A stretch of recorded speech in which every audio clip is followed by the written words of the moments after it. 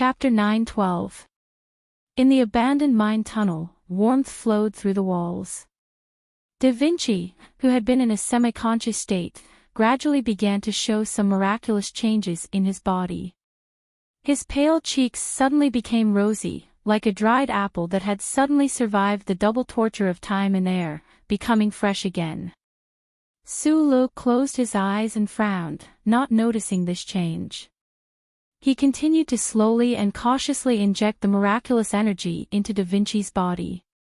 Da Vinci's face became paler and paler, and his left shoulder began to tremble uncontrollably.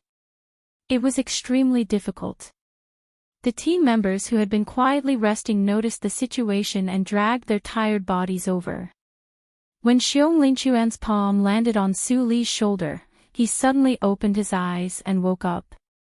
He smiled with difficulty and said, "I hope he can hold on." Da Vinci's appearance is a bit strange.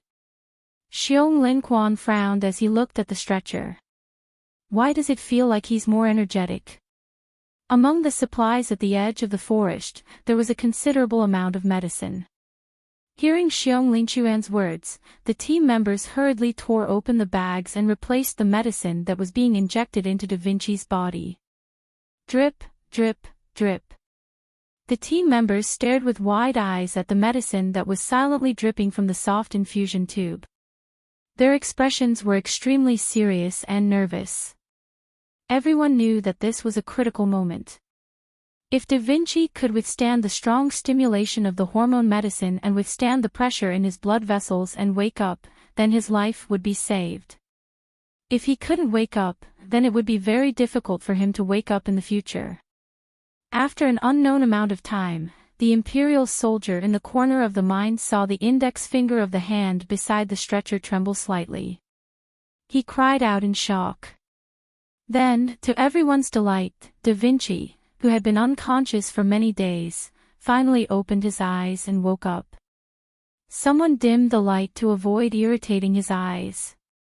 Da Vinci looked at the blurry face in front of him in frustration and exhaustion. He probably knew that he was still alive. His ash-gray lips curled up with difficulty and squeezed out a smile. At this time, Gu Shifeng stopped repairing the equipment. She used her round fingers to hold a pair of thin tweezers and dipped them in some water. She carefully wiped away the dry debris at the corner of his eyes. She could not hide her joy and fear. She laughed and scolded him, "You really are the number 2 cockroach of Group 7. The cockroach was the symbol of a cockroach in the traditional culture of the military camp. It represented an incredible vitality and would not die no matter what. Hearing this description, the pale-faced Da Vinci smiled tiredly. His throat made some noises, but he could not say a complete syllable. Su Lu had already retreated to a corner and was wiping the sweat on his forehead with a towel. Previously, he had injected his true qi into Da Vinci's body purely as a subconscious reaction. He didn't expect that it would actually have some effect. He was pleasantly surprised. Hearing the word cockroach, he recalled the stories that Philip had once told him about the transformation of the 3 planets in the capital ring by the previous generation of human civilization. He could not help but smile. The earliest biological library was indeed comprehensive. Even such a small thing was not left out. Paul and the 3 Imperial captives were in another corner of the mine. In the last battle before entering the Biki Plateau, they had also lost one person. The Empire and the Federation had been fighting for many years, and the hatred between them was difficult to eliminate. Although they had fought side by side with these Federation people, and although Su Lu had said before entering the plateau that this was the arrangement of fate and that everyone was destined to live or die together, the 2 sides were still subconsciously divided into 2 parts and rarely communicated with each other. Looking at the lively scene, Paul lowered his voice and translated for his companions. Probably because they felt that it was difficult to understand why the Federation people regarded such ugly things as cockroaches as sacred, several of the Empire people could not help but laugh. The tunnel was very warm, and the atmosphere was very good because of the occasional laughter. Paul looked at that area and hesitated for a moment before breaking the long silence between the two sides. He asked Xiong Linquan in choppy Federation language, then, "Who is the number 1 cockroach?" "The number 1 cockroach of Group 7. The Federation soldiers laughed and pointed to Su Lo in a tacit agreement. Xiong Linquan smiled and replied, "Of course it's the boss. This guy seems to be unable to die no matter what kind of desperate situation he encounters. As the most fearless stone, he probably would not be willing to find trouble with death." Su Lo shrugged in front of everyone's eyes, tacitly agreeing with this statement, but he did not have the strength to take advantage of this rare harmonious atmosphere to say anything more. At this time, he just felt extremely tired and hungry, as if he had returned to the battlefield of the past. As long as he squeezed out all the true energy in his body, he would turn into a gluttonous monster. "Find something to eat." He looked at Paul and said, "I'm so hungry right now that I can swallow a mech." At this moment, Pearl's low and excited voice sounded from the battlefield infantry communication system. She, who was patrolling around the camp, found something interesting. "Boss, you have to come over. I found a few mechs." The starlight on the plateau was a little strange.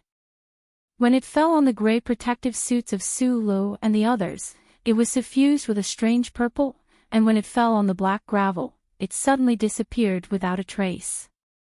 Su Lo lifted his helmet and looked at the 2 charred and damaged military MX and a large excavation engineering mech in front of him. He was not shocked or disappointed by the degree of damage. In fact, before he came out, he knew very well that a mech that would be abandoned by the federal military definitely would not have much repair value. Of course, the so-called repair value here was the concept of normal mech repair and did not necessarily include him, the main designer of the MX mech. Thus, he did not hesitate to walk towards the 3 piles of metal garbage and began to climb up. The army can't leave the military MX to the Empire people. Since it did not self-destruct, it means that it has been judged to be of no repair value, or even possible to repair. An NTR team member said disappointedly. He had always been in charge of mech repair work in his original army and was very trusted. However, today, he found that his judgment was not supported by anyone. Everyone, including Pearl and Mountain Pow, was looking nervously at Su Lo, who was pulling something out of the mech wreckage. After a moment of puzzlement, they remembered Su Li's identity and immediately shut their mouths. "The repair arm is good. Both arms are good." Su Li stood up straight on the mech wreckage, both hands holding up a miniature repair arm. He shouted loudly at the team members below, looking as excited as a savage who had picked up a large bone. "Can you repair it?" Mountain Pow asked loudly. Su Li put down the repair arm in his hands, patted his butt and rubbed his hands together. He said with a smile, "I'll try. Won't they notice if you make too much noise?" Pearl pointed at the night sky. Chapter 9:13. Like stone sculptures that had been eroded by the wind for many years, the 2 military MX mechas and 1 engineering drilling mecha lay quietly and sorrowfully on the plateau. The auxiliary wings behind the mecha had completely fallen off and were nowhere to be seen. The alloy plate track outside the left mechanical leg was broken. The fire control firmware in the hidden door of Block 41 had clearly been cut in 2 by the alloy blade. The auxiliary balance instrument had failed. The infrared auxiliary capture system was like the lower half of a transvestite, slumped between the abdomen. When Su Lo began to repair the broken mecha on the plateau, in just a short 10 seconds, he discovered so many seemingly unsolvable problems. The upper bodies of the 2 charred mecha were even more wretched. The main infrared sensors had flipped out of their shells, glowing like fruit juice. The SCC global monitoring system and large radius high-sensitivity radar on the neck and chest area were severely damaged. What was even more frightening was that the twin engines behind the mecha's waist could no longer be seen. The Z4 Electron jet in the mid-upper storage room was twisting and turning like the electronic particles it had originally contained. There was no way to repair such a serious problem, which was why the NTR repair soldier from before had been dejectedly sentenced to death. Su-Lu frowned as he watched for a long time. The miniature mechanical repair arm in his hand began to turn. The low humming sound spread out for tens of meters in the darkness of the wasteland, disappearing as the dark yellow grass and black gravel rubbed against each other. The low humming sound of the rotating motor, the crisp clanging of metal, and the ear-piercing sound of metal rubbing against each other. Once it started, it did not stop for a long time. Pearl and the other members of Mountain Cannon watched the busy figure on the mecha nervously. From time to time, they would pass various parts according to his instructions.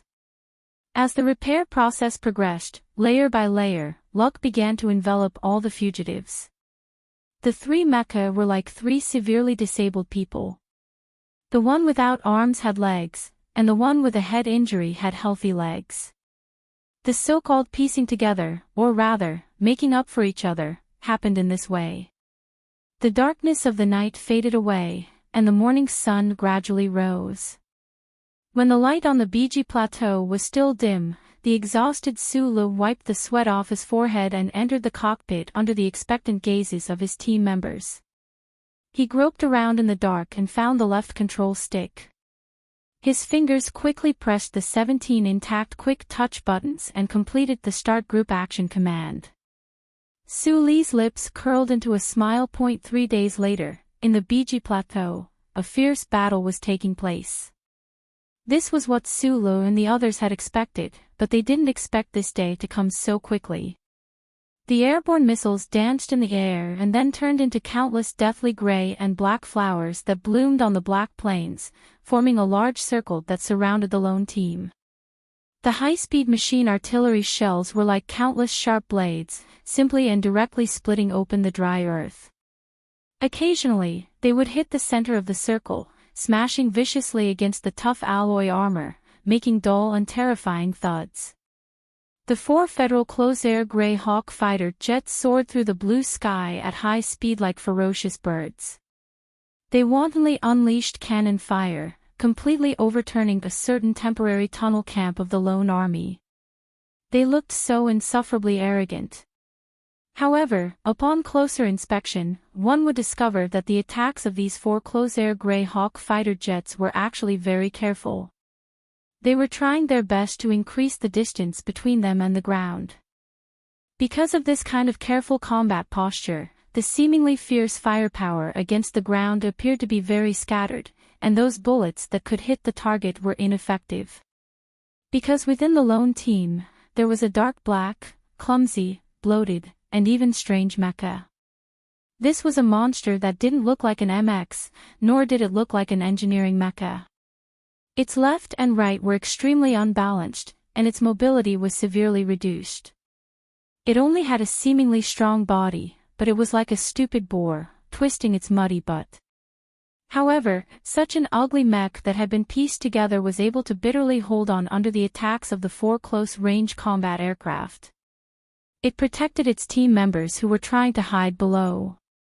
The modified Darlin's autocannon on its left mechanical arm had even formed a powerful anti-air firepower.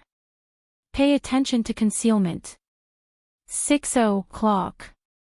Mecha crouch. From time to time, Su-Li's quick but still calm orders rang out in the individual soldier system. Under his command, the small team of more than 10 people cooperated with the clumsy mecha, dodging in near-perfect synchronization. Amidst the cloud of dust and the whistling of bullets, they remained unscathed. It was only at this moment that most of the people, including Xiong Linquan, finally understood why Su-Lu had insisted on bringing this clumsy, pieced-together piece of trash with them when they had thought that it had no combat ability at all, even at the expense of slowing down the team's advance. That was because when faced with an aerial attack, there was no other mecha, not even the most advanced intact MX mecha, that could protect everyone's lives better than this crappy metal monster. But being attacked without end, unable to mount an effective counterattack, the lone team could only walk step by step towards death. Even though they could almost see the dejected and anxious faces of those 4 Federation pilots in their minds, the people fighting desperately on the ground still felt a chill run through their bodies. 20 kilometers to the south. 4 of them. About an entire company. I'm guessing it's Small Eyes people. In the dim cockpit, Gu Shifeng glared at the global surveillance system that had just been repaired by her chubby fingers. She looked at the clear dots of light. Like a woman who was about to be raped, she screamed helplessly and angrily. Targets that had been tracked by the glory of the Charter could not hide, and targets that had been locked down by the Federation Air Force could not escape. Right now, the assault force from the base was about to arrive. Hearing Gu Shifeng's message, the team members, who were already extremely cold, suddenly became even more nervous. Even the few Empire's soldiers who did not understand the Federation language seemed to feel the intent of death in this dry world. Gu Shifeng stared expectantly at Su Li's face beside her.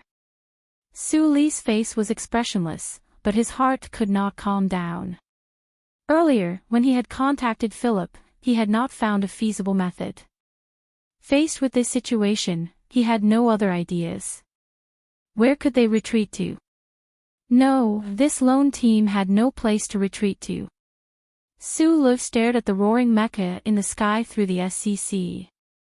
He looked at the group of armed robots in the distant horizon that was about to become visible. He licked his lips. Right at this moment, a sharp alarm suddenly sounded in the dim cockpit. Su Li's brows furrowed. He did not understand where the alarm was coming from. Could it be that there was an even more despairing unknown danger before this hopeless situation? A terrifying tremor suddenly descended upon the BG plateau. The crappy assembled mecha froze on the spot, and then fell forward heavily. The team members beside the thick mechanical legs were thrown into the air with pale faces. Smoke and dust covered the entire area, covering the world. Chapter 9:14. A sudden earthquake descended on the BG plateau. The wrath unleashed by the Creator when he occasionally raised his eyes brought endless disasters to the world. The entire world instantly changed its color and appearance. Even the human beings with the most cutting-edge technology, the soldiers with the strongest willpower, and the experts with the most extraordinary abilities couldn't resist this terrifying power. They could only search for a safe place in the smoke and dust in fear and uneasiness, shouting for their companions in vain. The tremors that were equivalent to the detonation of countless explosives at the same time swept from the depths of the plateau to the surface. In only a short time, they had turned the black, hot gravel into soft biscuits and turned the vast land into a garbage dump. For the army, the most terrifying thing was not the power of the tremors, but the electromagnetic interference that raged in the air and on the ground like a storm at the beginning of the earthquake. A few screams of panic rang out in the systems of the 4 Federation Sparrow Hawks. Then, no sound could be heard anymore. The grayish-black streamlined fuselage flipped helplessly in the air and crashed into the ground like a sparrow hawk after being shot, turning into a few clusters of flames and alloy structural fragments that filled the sky. The helicarrier that flew over from the horizon was like a drunkard who had too much to drink in the violent and tangible smoke and the invisible but even more violent electromagnetic turbulence. It managed to hold on for a while, but in the end, its legs couldn't help but give way, and it fell into the garbage dump in a sorry state. There were faint sounds of explosions. In the black smoke, it was unknown how much damage the helicarrier had suffered. It was also unknown how many of the elite soldiers of the small-eyed special forces on the helicarrier had died in a foreign land because of the earthquake that in a deep valley at the edge of the BG Plateau. The night that was usually starry and cloudless was now gray. No matter where one looked, it was the same, boundless and without any sense of direction. The dusty Su Lu couldn't care less about his dry and bleeding lips. He forced himself to support his exhausted body and counted the number of people in the team with the help of the night vision lights with Xiong Linquan. In the end, they confirmed that everyone was still alive. The two of them looked at each other and couldn't hide the luck and fear in their eyes. There were no buildings or giant rocks on the plateau, and the Federation's attack force was destroyed by the electromagnetic turbulence. At the most dangerous moment, Philip played a guiding role. But even with these conditions, the fact that this lone army, which had survived hundreds of battles, could walk out of the earthquake zone unscathed and come to this valley could only be described as a miracle. It was definitely not accurate to say that they were unscathed. All of the team members had various wounds on their bodies and faces. Da Vinci, who had just woken up, fell into a coma again and started to have a fever. Dongfang Yu, on the other hand, struggled to climb down from the stretcher at the critical moment and insisted on walking. The wound on her chest and abdomen tore open again, and blood oozed out at a terrifying rate. However, at least everyone was still alive. Even that stupid mech that had been repaired or put together at the last minute didn't fall apart, persevering until they reached the valley. If it wasn't for this earthquake, all of us would have to die here today. Xiong Linquan slowly and seriously chewed on the fourth last cigarette. Then, he slowly raised his head and stared at Su Li's ordinary face with an extremely serious and even somewhat strange gaze. His face was so ordinary that it was unusual because it was still so ordinary under such circumstances. Xiong Linquan said in a hoarse voice, "Boss, did the Creator really favor you?"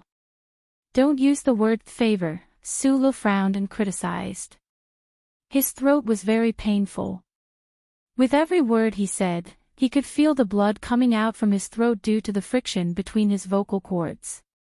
He didn't know if it was because he had breathed in too much smoke, or because he had called for his team members to report their position too many times during the earthquake.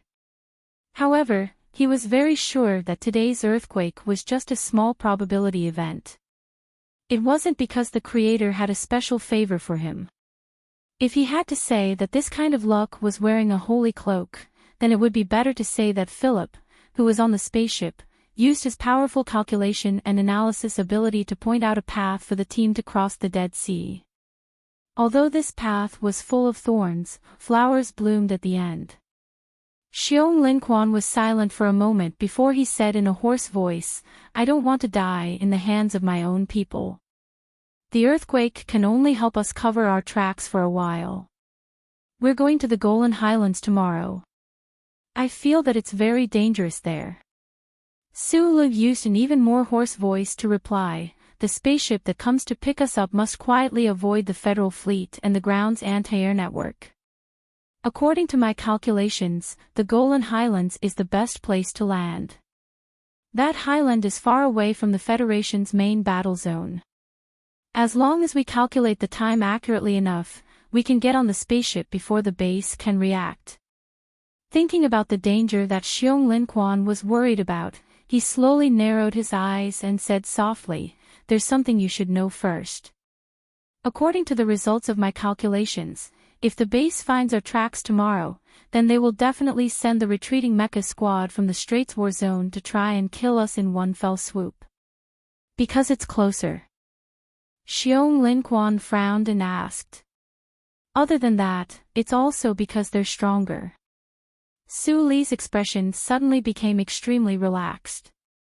He looked at him and smiled. "It's Madman Li's personal mecha battalion." Hearing the name Madman Li, Xiong Linquan was stunned for a moment. He angrily spat out the bitter ashes in his mouth onto the ground. He glanced at Su Li and couldn't help but shake his head. As one of the most outstanding officers in the Federation, Xiong Linquan knew very well what kind of awe-inspiring military ability that young officer called Madman Li had. Although the other was still only a colonel, he was far from being an expert that he could contend against. According to the information that Gu Shifeng had eavesdropped on, this battle in the Straits had been single-handedly commanded by this person. He was the continuation of the glory of the Lees of Philadelphia's military god. He had the reputation of being unrivaled in the entire military camp at the age of 16. The mottled golden stars that represented the number of enemies he had killed had long filled the two strong mechanical legs of Jianxi. He was an unparalleled expert on par with the Empire's Princess Hui Chaoshi. Yes, their most powerful leader had once defeated the other. At the very least, his strength was definitely not weaker than that madman's. However, could it be that they would expect their leader to operate that crappy compatible machine to go against the most advanced MXT controlled by Madman Li? The earthquake was a blessing bestowed by the heavens. It was a myth. If Xiong Linquan hoped that Su Lu could still defeat Madman Li in this state, and that the team could still escape from this hopeless situation, then it was no longer a myth, but a joke. Su Lu noticed Xiong Linquan's slight shaking of his head and knew what he was thinking. However, a gentle smile hung on the corners of his dry and bloodied lips. Thinking that after leaving the valley tomorrow, he might see that guy's violent and proud figure, his mood became somewhat strange. He was not anxious, but abnormally calm. I understand him. Su Lu stood up, patted Xiong Linquan's shoulder, and said, so I can deal with him. Chapter 9:15. After entering the tunnel, Xiong Linquan told his concerns and Su Li's analysis to the team members. The stone walls that were darker than the valley began to fill with an oppressive and tense atmosphere. The team members' expressions were very heavy. From time to time, they looked up and seemed to inadvertently glance at Su Li's figure. They knew very well that if the lone army was intercepted by Colonel Li Feng's mecha battalion before boarding the spaceship, the remaining 1 in 1,000 survival rate would all be on the boss. After the Empire people in the team heard Paul's analysis in a low voice, their faces full of thick beards were full of panic. They were even more frightened than the team members because until now, they still didn't know the true identity of Su Lu, but they knew very well how terrifying the Federation officer named Madman Li was. The dim backlight flickered slightly. An Empire person held his head in despair and cursed a few words in the Empire language with a Northern Star region accent. They fought for a long time on this meat grinder-like Imo Hua planet and were defeated by the lake. Then, they were inexplicably captured by this Federation team. After a series of battles, they entered the plateau and encountered earthquakes, but in the end, they still couldn't get rid of the shadow of death. However, this was already deep into the actual control area of the federal military. Other than desperately running with this Federation team and hoping that the goddess of luck who was laughing more and more at them, what else could they do? The Imperial soldier who buried his head between his knees spoke faster and faster. His hoarse voice suddenly became sharp, and then, without any warning, it turned into a roar mixed with crying. His thin and weak shoulders kept trembling, and tears dripped down from his dirty beard.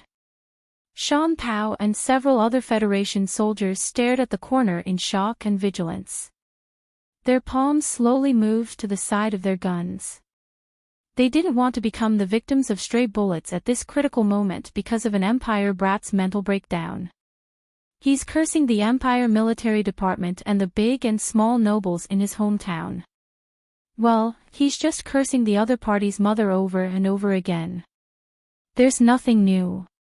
You probably don't know very well that in the Empire, ordinary civilians, especially slaves, don't have much opportunity to receive education. Su Lu looked at the sobbing soldier and frowned slightly.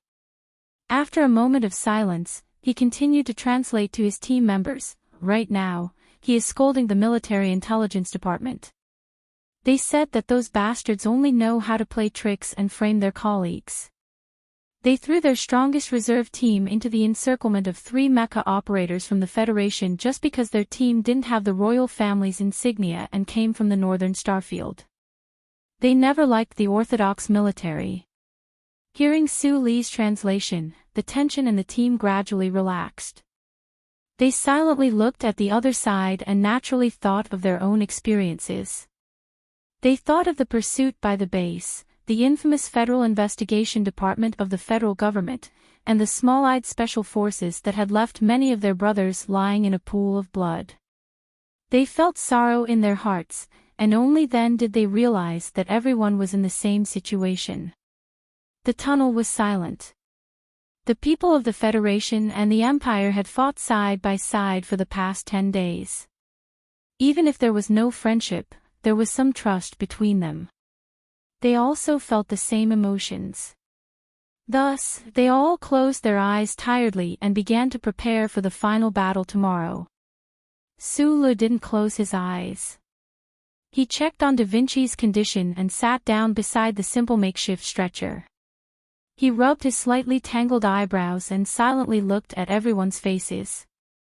He saw the helplessness and pressure in everyone's hearts. Just hearing the name Mad Manly almost made the Empire soldiers collapse. It could be imagined how terrifying that person was in their hearts.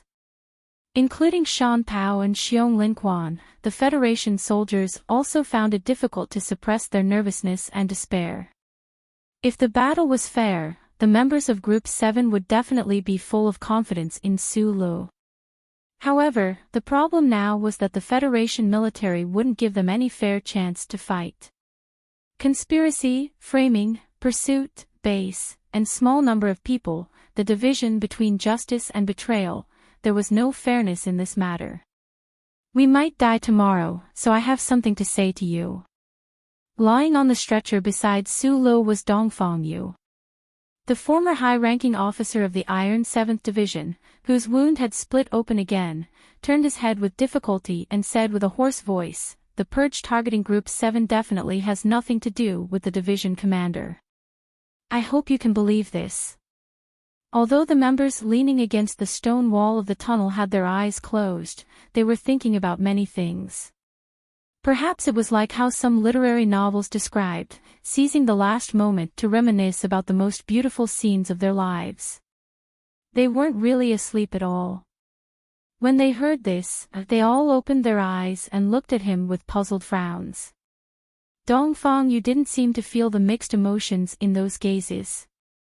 His face was expressionless, and his hoarse voice was abnormally calm. It was very obvious that he was just trying to give some explanation before he left this world. Also, the attack on Group 7 on planet Yellow Doom had nothing to do with the division commander, because I was the one who did it. Several members of Group 7 died because of that incident. Logically speaking, I should have died a long time ago. I also wanted to kill myself, but I didn't expect bad people to live for 1,000 years.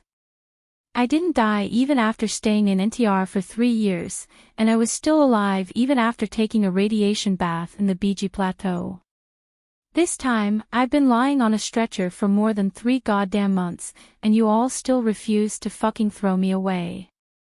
Dongfang Yu frowned deeply and said while panting, "Fine, I must accept your kindness, but I still want to tell you that this matter really has nothing to do with the division commander. There was a saying in the Federation, a person who is about to die will not lie." The silent members in the tunnel believed Dongfang Yu's explanation, and they were so tired that they didn't have the strength to be angry about the incident on planet Yellow Doom.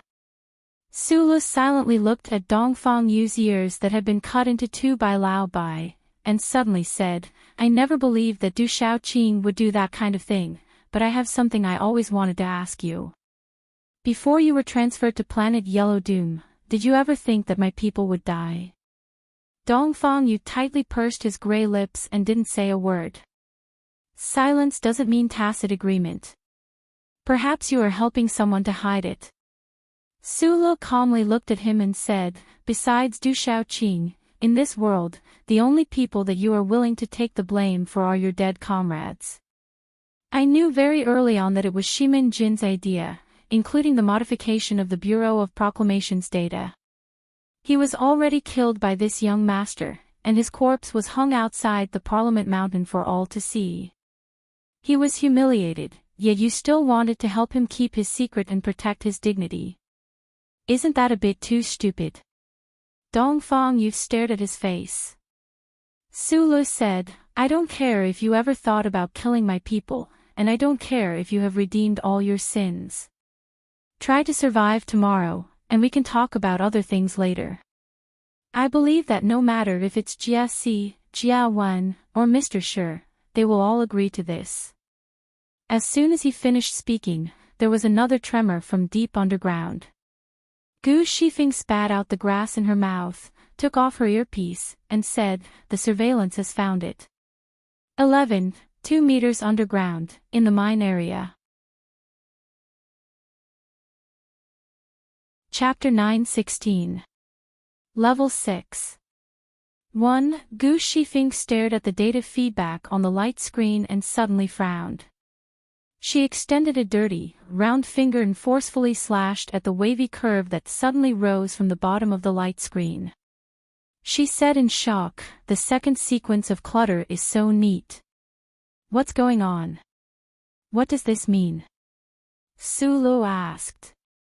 "It means that the underground is in a state of secondary induction.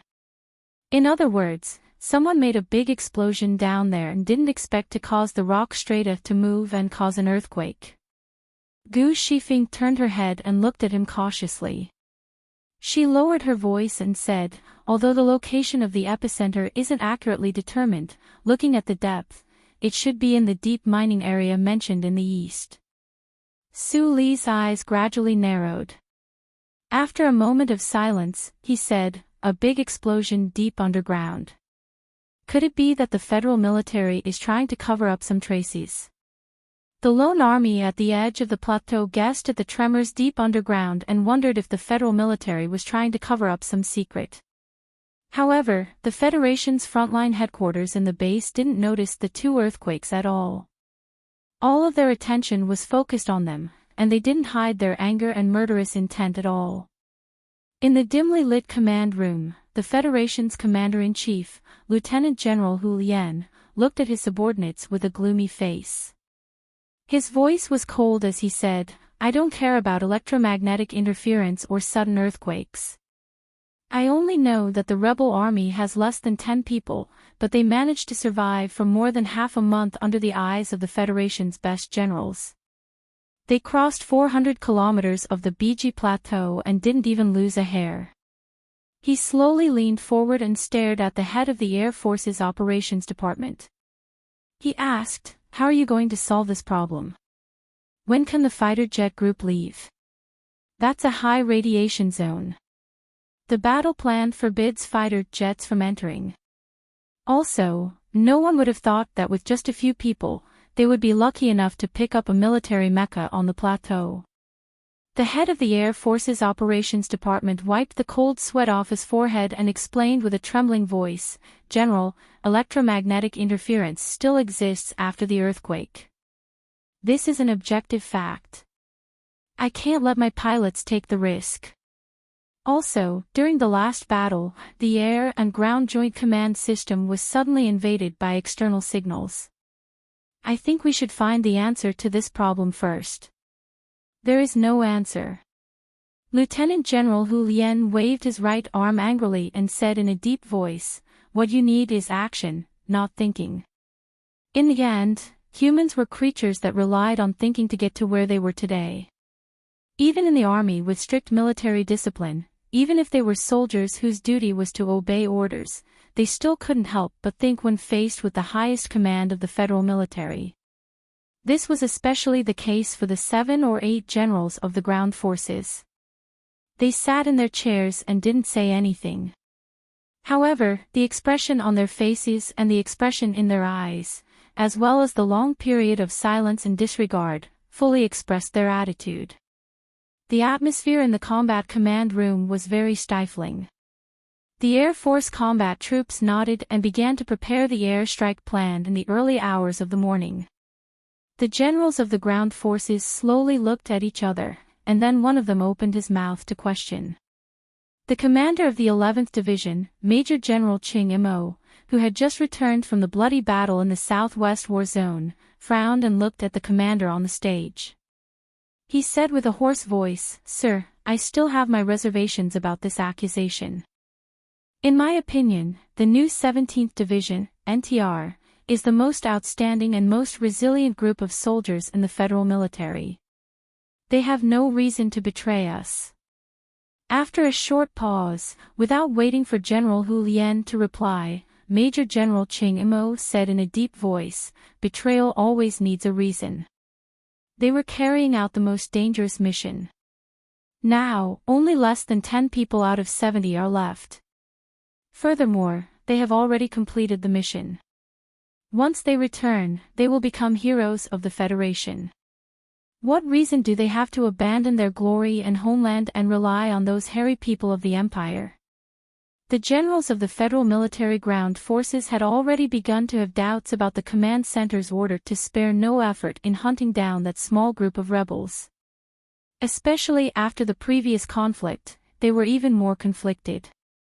They always felt that there was a thick smell of conspiracy, and as an iron-blooded soldier, they were the most resistant to this point. Lieutenant General Hu Lian slowly raised his eyebrows and looked around at the people in the room with a cold expression. He was not Du Shaoqing. He did not have the qualifications or charisma to suppress this group of arrogant and powerful generals who had been on the battlefield of life and death for many years. If he could not take out something powerful at this moment, then he might face a very embarrassing siege. He might even have to pay a price for the previous conflict. Even if he used his superior's authority to suppress these people in the end, he would never be able to regain his dignity. Hu Lian's furrowed eyebrows gradually relaxed. He tapped lightly on the table with an expressionless face and brought up dozens of high-definition ground photos continuously taken by military satellites. A rebellion needs a reason. A group of the Federation's most outstanding soldiers betraying the Federation even more needs a reason. I understand your doubts. Hu Lian looked at the small group of rebels who had escaped in the photos, looked at the two simple stretchers, and looked at a certain person whose face was blurry but whose features could be seen clearly in the crowd. He said, "I think all of you should recognize this person." He turned around and looked coldly at these valiant and proud division commanders. Looking at their shocked expressions and their tightly pursed lips, he could not help but feel happy. He said slowly, "You need a reason. The betrayal of these outstanding soldiers needs a reason. In my opinion, Su Li's appearance is the simplest reason." The generals in the room could not suppress their shock as they stared at the blurry face in the photos. Some of them were the division commanders of the Federation's elite divisions, and some of them were the commanding officers of the ground forces. However, they knew very well the power of this face. Yes, in the eyes of many people, including them, the outstanding soldiers of Old Seven's group had no reason to betray the Federation. However, as long as Su Lu appeared in front of them, they would die for him at any time, let alone betray him. The battle command room was silent. The air mixed with the smell of tobacco and coffee suddenly froze. No one opened their mouths to speak. Hu Lian looked at everyone's reaction and turned his head to stare at He Lei, who was being restrained by two military police in the corner. He said coldly, "Division Commander He Lei, you must be suspended from your duties and be investigated by the Military Law Office. I understand today, so I forgive your rashness. However, if you pull out your gun again, place it on the table, and scream, I will shoot you directly." He Lei's face was ashen. His two arms, which were being held by the military police, trembled violently. He wanted to say something, wanted to do something. However, looking at the instructor's face in the photos, which had not changed at all 3 years ago, he lost all of his strength. Chapter 9:17. The new 17th Division was on the brink of a mutiny. The new 17th Division was preparing for a mutiny. This ace division with a glorious military history had inherited the undisciplined and ruthless style left behind by their predecessors. They were used to shielding their own, good at external battles, and good at internal strife. When there was a need to abide by military discipline, they were the role models of strict military discipline. On the battlefield of life and death, they often forgot about military discipline out of habit. If they had only focused on discipline, their old teacher Li Pifu would not have been able to lead them to such a shocking achievement. If their hands and feet could be easily bound by the word discipline, Yu Qinghai would not have been able to protect so many members of Group 7 3 years ago. Furthermore, during the 3 years when Du Shaoqing had been commander-in-chief, they had still been as strong and fierce as ever. When the soldiers of the division found out that their comrades had been inexplicably accused of mutiny and then hunted down by the base and that damn Joint Investigation Department, there was no way they could remain calm and wait patiently like little white rabbits for the final result. Their reaction was very direct. Under the cloud of conspiracy hanging over the base, all levels of officers of the 17th Division began to secretly mobilize their forces with the theme of defending against a surprise attack. In the armory at night, the sound of the 100 or so heavy MX mecha self-checks could be faintly heard. If the upper echelons of the federal military could not give a convincing explanation, if that damn Joint Investigation Department did not hand over the culprits who had hunted down Team NTR, if they could not make the more than 10,000 soldiers of the new 17th Division feel good, then what would happen next around the base was something that no one, including Lieutenant General Hu Lian, could imagine. He was escorted back to the headquarters of the new 17th Division by the military police. His face was ashen as he looked at his subordinates around the table. After a moment of silence, he said, "This is the front lines. Do you want the 17th Division to be the first unit in history to rebel on the front lines? We are not rebelling." The new 17th Division's mecha commander, Hua Xiaoxi, looked at him with a serious expression and said, "We need to put enough pressure on the base. Otherwise, I cannot imagine how many more days Xiong Linquan and those fellows can hold out." Lin Ai frowned at He and said, "What exactly happened in the command room? Why is division commander's expression so ugly? I have already been officially suspended from duty." He looked at the group of senior military officers in the room and said, "But I have to warn all of you. Stop all troop movements immediately. Otherwise, no one will be able to bear the consequences once the headquarters determines that there is a mutiny." Hua Xiaoxi silently pulled the trigger and said, "It's not a mutiny attempt. If this matter can't be resolved, so what if there really is a mutiny?" He raised his head and looked at He with a cold gaze. "It's not that I want to criticize you, but you're really too soft. If the instructor was the commander now, would he watch as our soldiers were slaughtered like rabbits? If he was the one who went to the base to negotiate, do you think he would have pulled out a gun and placed it on Hu Lian's table like you did? No, he'll just shoot that old bastard." He looked out of the door and his gaze fell on the military police. He lowered his head and looked at his junk box. He laughed at himself and said in a hoarse voice, "Xiong Linquan and the rest are with the instructor now. This is why the headquarters is chasing after them." The room suddenly fell silent. Miss Liu, who had just arrived last night, asked with a livid expression, "Is the news confirmed?" He picked up his junk box and walked out of the door. From today onwards, he was no longer the commander of the 17th Division, but a criminal officer who had been imprisoned. When he reached the threshold, he suddenly stopped and turned back to look at the crowd sternly. "After I leave, none of you are allowed to act rashly. The 4th and 13th Divisions have completed their mobilization last night. It's obvious that they are targeting our division.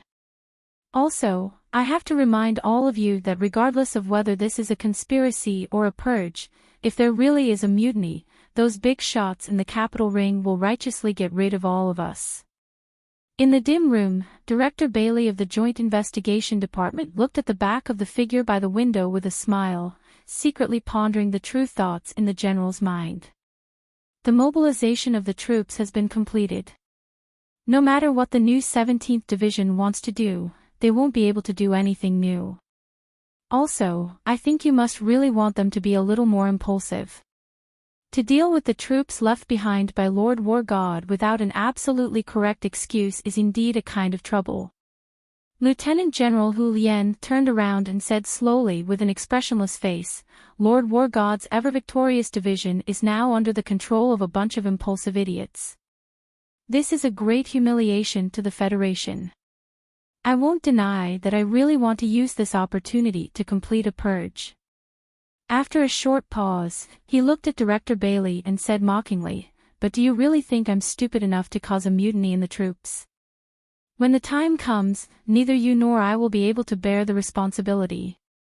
Director Bailey did not respond to the general's mockery. The smile on his face gradually faded as he said in a serious tone, that spaceship has been trying to escape the surveillance and enter the atmosphere. It's obvious that it wants to help the rebel army leave. Which side does that spaceship belong to? We haven't been able to capture a reliable image, but it definitely can't be an Empire spaceship.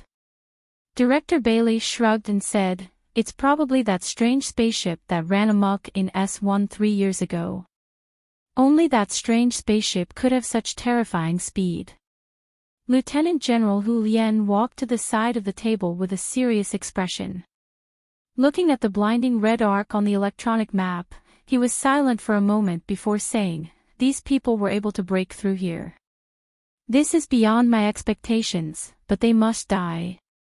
Colonel Li Feng and his Mecha clan are currently retreating from the Straits battle zone. They are closest to the highlands. Director Bailey understood what he meant and raised an objection with a frown. No one will doubt Colonel Li Feng's ability, but the problem is his personal relationship with Su Lu. Will there be any problems? Lieutenant General Hu Lien took off his military cap and stroked his white hair. As far as I know, Colonel Li Feng once made a promise to Commander Shao Qing. He will not let Su Lu go. Director Bailey smiled slightly. He thought that since that promise was only between Du Shaoqing and Li Feng, then you must have received guidance from Chairman Li Jiedu to know about it. Naturally, he would not point this out. His gaze shifted slightly for a moment, and then he suddenly asked, regarding the continuous earthquakes on the Biji Plateau, I wonder if the commander has any opinion. According to the Bureau of Proclamation Surveillance, deep underground, it seems, before he could finish, he was cut off by a pair of cold eyes. Lieutenant General Hu Lien stared at him coldly, not bothering to hide the threat and cold-bloodedness in his words. Investigate what you should, but don't ask about what you shouldn't. Don't forget, this is the front line, a place where stray bullets fly everywhere. Director Bailey's heart clenched. He knew that he had stepped into an area that he definitely should not have, so he immediately shut his mouth.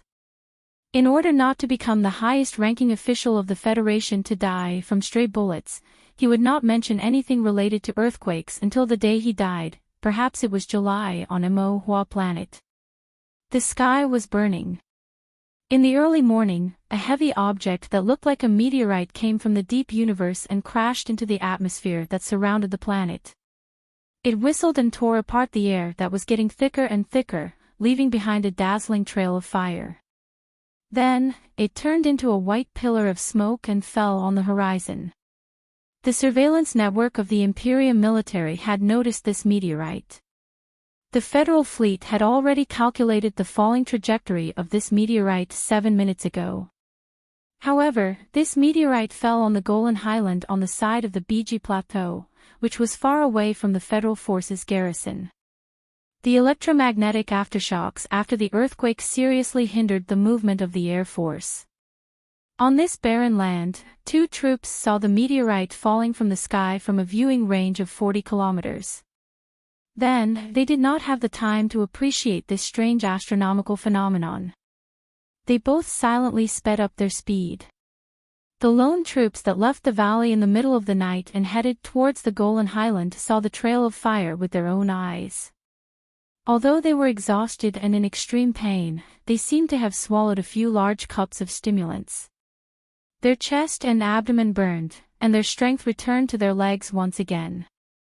A certain Mecha battalion of the Federation that had retreated from the battle zone of the Straits and had continuously marched for 2 days looked at the dust and smoke stirred up by the meteorite falling from the sky. It was as if they could hear the passionate sound of war drums. The heavy mecha engine roared again. Half an hour later, both parties arrived at the place where the meteorite fell almost at the same time. The charred surface of the meteorite had already peeled off, revealing the metallic structure of the spaceship inside. The cabin door had already opened automatically, ready to welcome a group of escapees. The lone soldier climbed over a gentle slope with great difficulty and stepped through thick bushes. When he saw this scene, he did not feel the slightest bit lucky that he had escaped alive, nor did he feel any ecstasy. This was because they saw 17 pure black Federation MX military mechas, under the leadership of a simple-looking but murderous mecha, had already climbed over the opposite mountain and appeared on the other side of the meteorite spaceship. The 18 Federation MX mechas formed a semicircular encirclement. The center of the encirclement was where the meteorite fell. On the other hand, the lone troops only had 7 or 8 people, more than 10 guns, 2 makeshift stretchers, and 1 broken mecha. The difference in strength between the two sides was too great. It was so great that there was no need to fight at all. At the edge of the bushes, the broken giant mecha shook its exaggerated but useless construction arm. It seemed to be greeting the Federation mechas, but also seemed to be surrendering. Xiong Linquan held the heavy gun in his hand cautiously and looked at the imposing military mechas a few hundred meters away. Then, he silently looked at the back of the only broken mecha on his side. He raised his arm lightly and ordered his team members to carry the stretcher and retreat behind the bushes. In the mecha battle that was about to happen, they would not be of any use. Besides, last night, Sulu had promised them that he would deal with this situation. As Xiong Linquan and the others retreated behind the bushes, the engines on the backs of the 17 black MX mecha suddenly roared to life as they prepared to move. However, right at that moment, that battered assembled mecha smashed down with that thick construction arm. People had names, trees had shadows. Just like how the lone troops and those few Empire people had fallen into despair when they heard Madman Li's name, these Federation mecha were also abnormally nervous at this time. Following the movements of that broken mecha, they subconsciously stopped in their tracks and got into their most perfect and most extreme defensive positions. Although they were facing a broken assembled mecha, they were facing a broken assembled mecha. Chapter 9:18. Contrary to everyone's expectations, or rather the expectations of the alloy mecha, the gigantic, tattered, assembled mecha swung its exaggerated mechanical arm towards the ground, but it did not cause any landslides, nor did it cause any horrifying consequences. In fact, the crater it made on the ground was rather pitiful. That seemingly thick and strong mechanical arm had been broken into countless pieces by the recoil, looking exceptionally pitiful. They had been prepared to receive the strongest blow from the strongest opponent, only to see such a scene instead. They could not help but feel a little strange, a little ridiculous. After all, this was a makeshift mecha made up of countless discarded parts, so its structure was rather pitiful. However, even if it was just a bluff, it still managed to deter the ambush of those Federation MX mecha. After a slight delay, Xiong Linquan and the others quickly retreated back into the bushes. The 17 black MX mecha did not care about those fellows who were retreating from the battlefield. They only stared warily at the tattered mecha in the middle of the field that had already lost an arm and looked like a crippled beggar. They knew very well that with the mobility of those crippled soldiers, there was no way they could escape from the Golan Highlands. The only thing they needed to do was to defeat and destroy this tattered mecha in front of them and erase the powerful name in the cockpit of the mecha. Right then, the tattered, assembled mecha moved once more. The cockpit door slowly opened with an unpleasant creaking sound. The dim light of the morning shone in, revealing Su Li's ordinary but extraordinarily calm face. 200 meters away, the black mecha in the middle of the Federation's mecha group, which had a darker shade of black, popped out the exaggerated alloy blade at the front end of its right mechanical arm. The thick cockpit door opened, revealing Madman Li's face. His still delicate features held the same hint of madness and violence.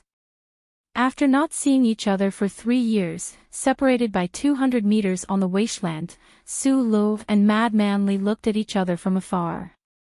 They looked at the traces of timidity on each other's faces and remained silent for a long time. Who knew if it was because they had seen images from a long time ago? Just like Ka Chifeng on the old moon, the knife in his chest and the blood between his teeth in the Linyuan, the sound of gunfire in the mountains and the words in the prison cell, one after the other, he ran wildly towards the blue sea. For a very long period of time, the two of them were publicly acknowledged as the strongest in the Federation. They had fought before, but they had never truly fought to the death. It was only when they met again after 3 years on this bloody battlefield that they finally reached the final moment. The cockpit door opened downwards, like a large door at the tail of a battleship, leading to the endless and deep universe. Su Lo looked at the meteorite ship nearby through this cross-section, and at the 10 or so Black Federation MX mecha in the distance. His gaze finally and naturally fell upon that mecha, upon Madman Li's face. "Duel?" Su Lo asked. His voice was not very loud, but it clearly penetrated the morning high ground and entered everyone's ears. "No way," Madman Li replied. His voice was just as proud and cold as before, like a ruthless blade that directly cut through all the messy reminiscences of old times. Hearing these 2 words that seemed to jump out from fiber paper, Su Li's thick eyebrows rose slightly. He looked quietly at him in the distance and said, "You won't even leave us a chance for a fair duel." "I'm carrying out military duty, not a street brawl." Li Feng replied in a low voice, "You were also once a soldier of the Federation. You should understand very well that talking about fairness on the battlefield and calling it a duel is very childish thinking." Su Lo frowned slightly. After a moment of silence, he said, "The problem is that even you don't believe that you're carrying out military duty. If you say that you want to kill me because I'm a citizen of the Empire, then there's no reason for Big Bear and the others to be killed by you." "A soldier's duty is to obey orders," said Li Feng. Su Lo said mockingly, "What's the point of saying this? 3 years later, many people will laugh at me for becoming a third-rate philosopher. 3 years later, I don't want to laugh at you for becoming an ice demon like Du Shaoqing. When have you ever taken the military orders of your superiors seriously? I must bring everyone back." Li Feng's brows creased slightly. "If they are wronged, I guarantee that they will receive a fair trial." Su Lo looked at him like he was looking at a naive child. He smiled and said, "The Federation still has such a thing as fairness."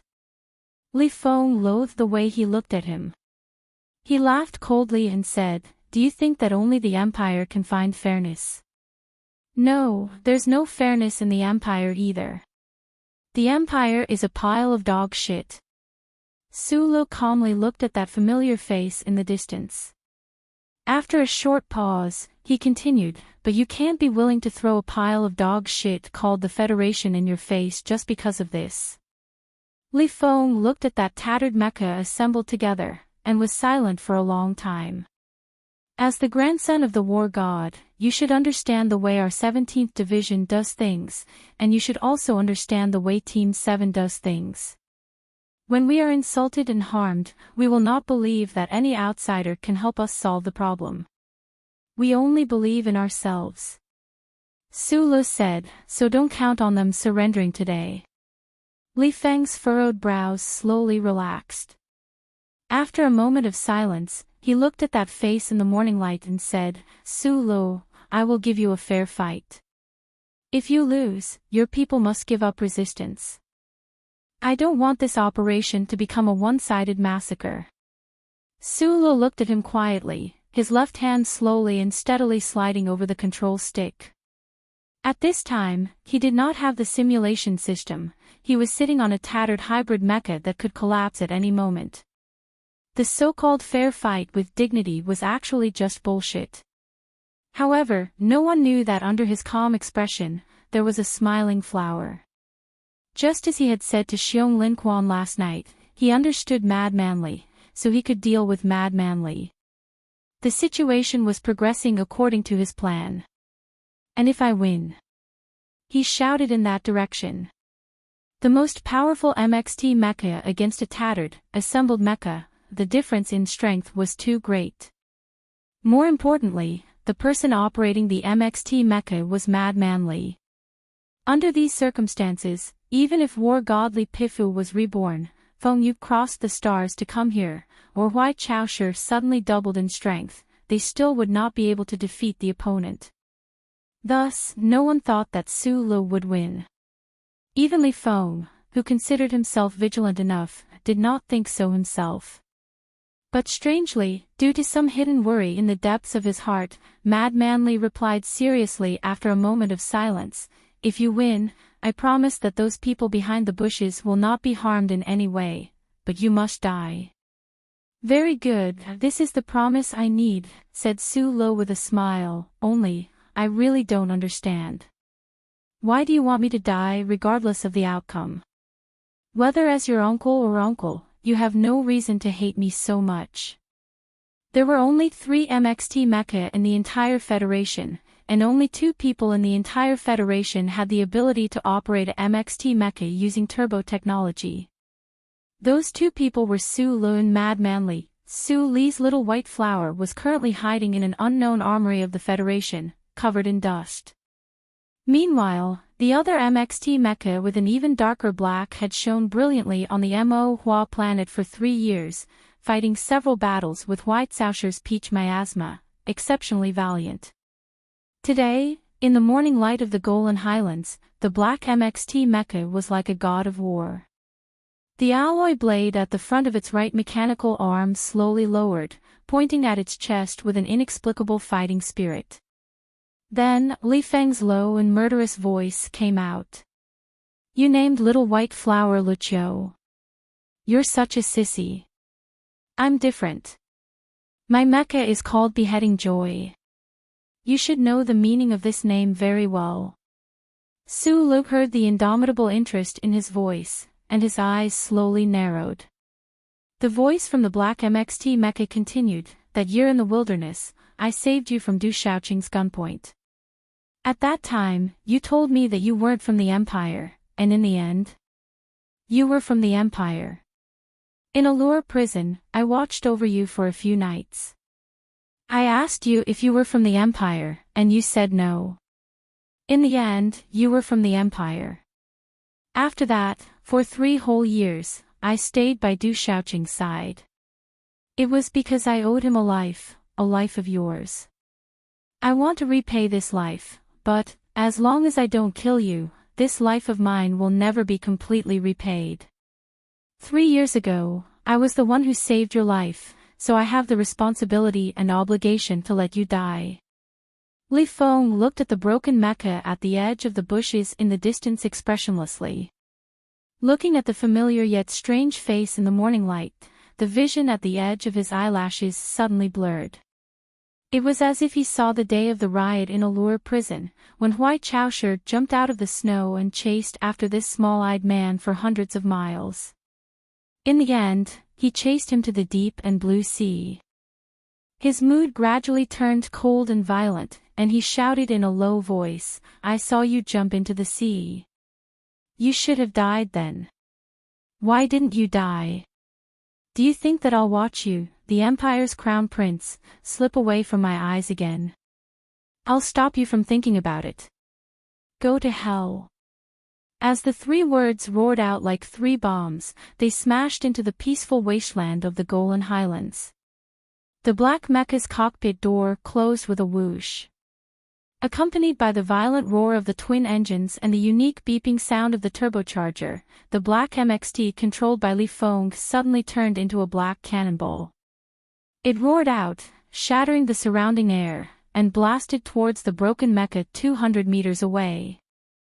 There were no beautiful evasive maneuvers, nor were there any seductive stances. The killing intent that the black MXT had accumulated over the past 3 years was unleashed with this simple yet direct straight line. Its terrifying power was concentrated into a single point. The broken mecha also moved, sprinting down the gentle slope. However, the temporarily repaired mecha couldn't enter combat mode at all. The engineering mecha's wide tracks carried an extremely heavy body, crushing the wasteland. It looked as pitiful as the picture of an old cow pulling a broken cart in a prehistoric picture book. The straight black line slammed into the huge body of the broken mecha, accompanied by the terrifying sound of metal tearing and heavy components colliding. In an instant, the outcome was clear. Under the violent slash of the black MXT's more than 10 sharp blades, the broken mecha fell apart, turning into a desolate rain of metal pieces that fell to the ground with a clatter. No miracle happened. Maybe a miracle was going to happen. Chapter 9:19. Miracles were never bestowed by the Creator. Instead, they came from the never-withering determination and the best preparation in advance. Temporary failure was not scary. The real key was whether you were prepared for failure and tried to take advantage of it. The broken mech was instantly blasted into smithereens, turning into a black rain that filled the sky. This was not unexpected, including Su Lo in the cockpit. However, the spectators did not notice that there were actually many unnoticeable details hidden in this tragic one-sided battle. They did not notice his preparations. For example, the wide tracks had come off faster than expected. For example, the splashing of the thick armor had been more spectacular than the MXT blades. For example, when the assembled mecha had been cut in half at the waist, the faintly discernible rocket launchers had caused the upper half of the assembled mecha to topple over faster than expected. Because of the difference in speed, the scene suddenly became strange. The black MXT was like a violent woodcutter chopping down a heavy stone tree. The broken upper half of the tree seemed to have a pair of invisible legs. With a few muffled sounds, it broke away from the heavy alloy fragments that filled the sky and smashed towards the front right with a whoosh.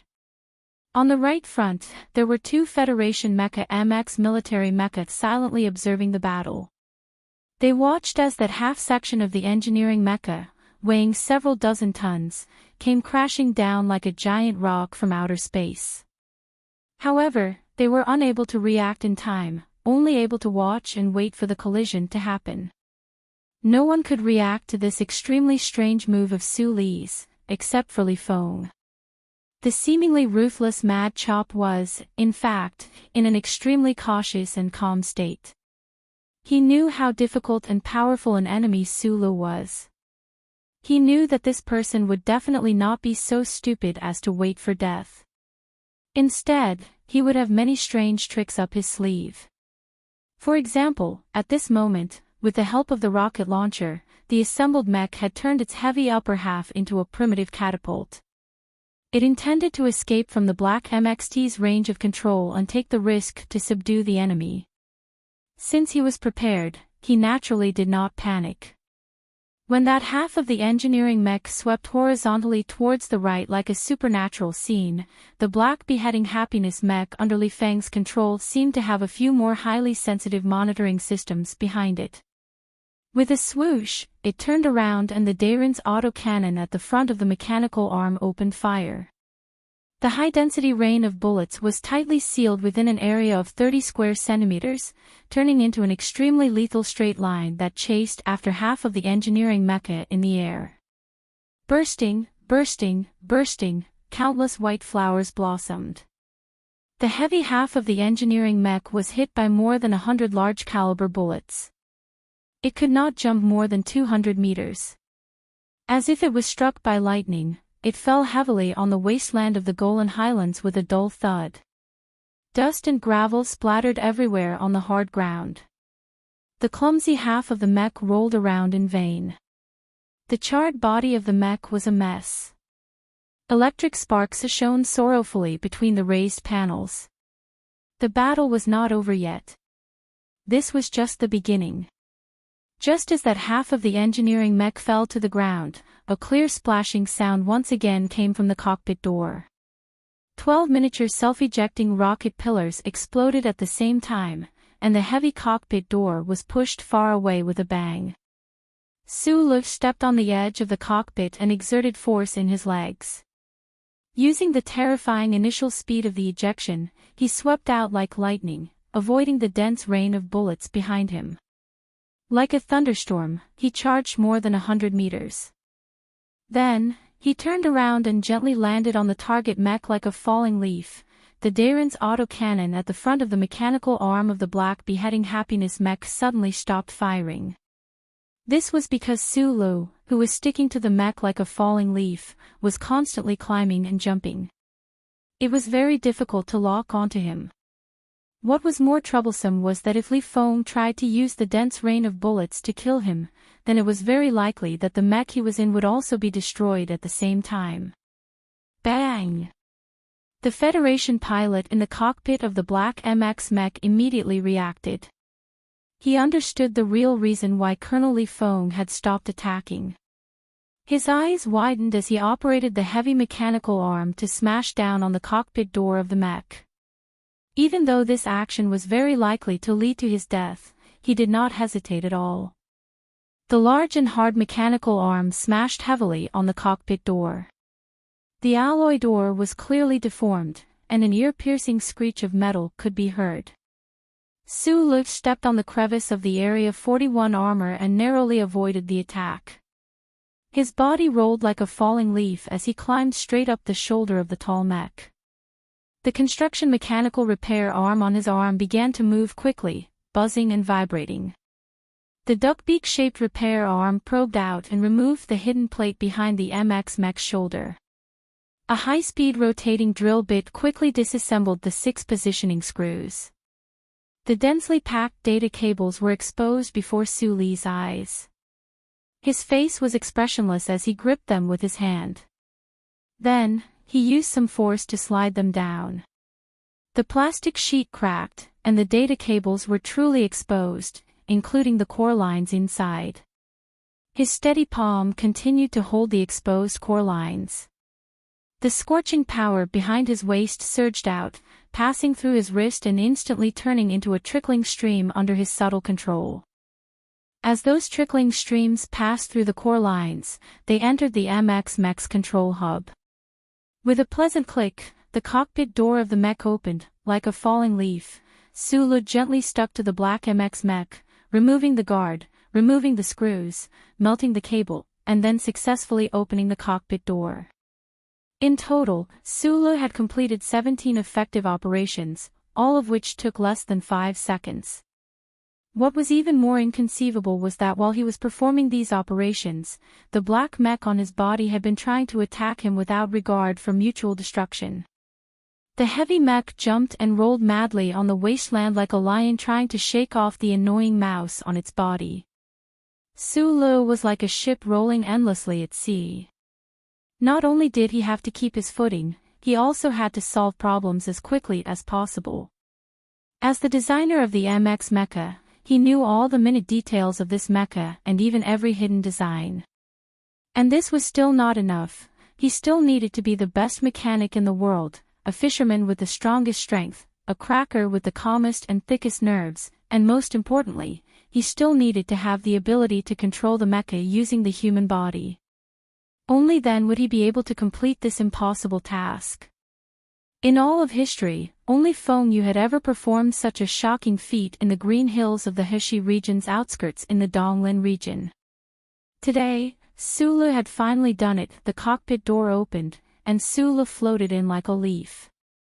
The face of the Federation soldier in the dark-colored pilot's uniform was full of shock.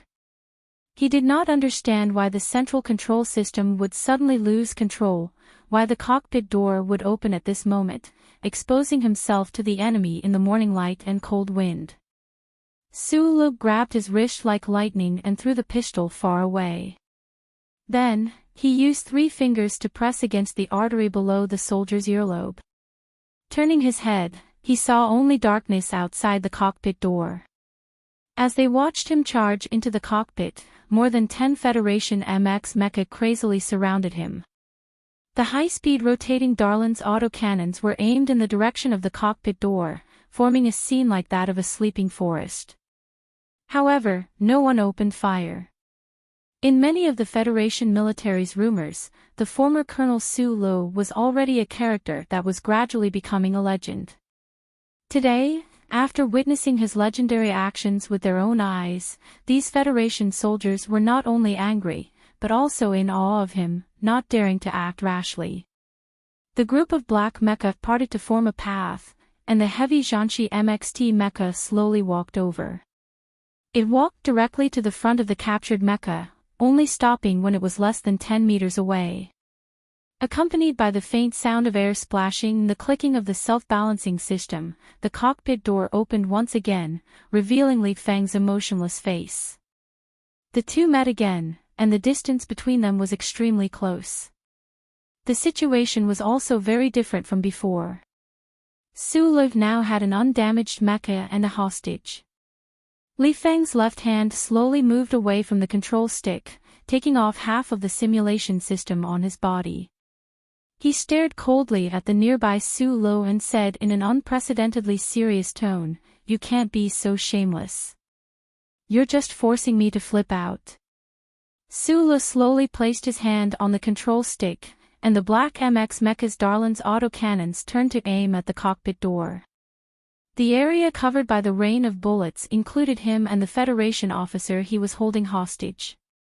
His expression was unusually calm as he replied, "In order to survive, I can do even more shameless things. As for flipping out, you should remember very clearly. Even if it was Du Shaoqing, I wouldn't give him any chance to flip out." Hearing his reply, Li Feng suddenly laughed. His delicate eyebrows trembled, his eyes abnormally bright, but an incomparably violent aura began to emanate from him. The smile did not fade, but it was exceptionally cold. Li Feng said coldly, "He's a soldier. I gave you a chance to fight fairly, so you shouldn't have ambushed him. Do you think I'll let you go just because you have a hostage?"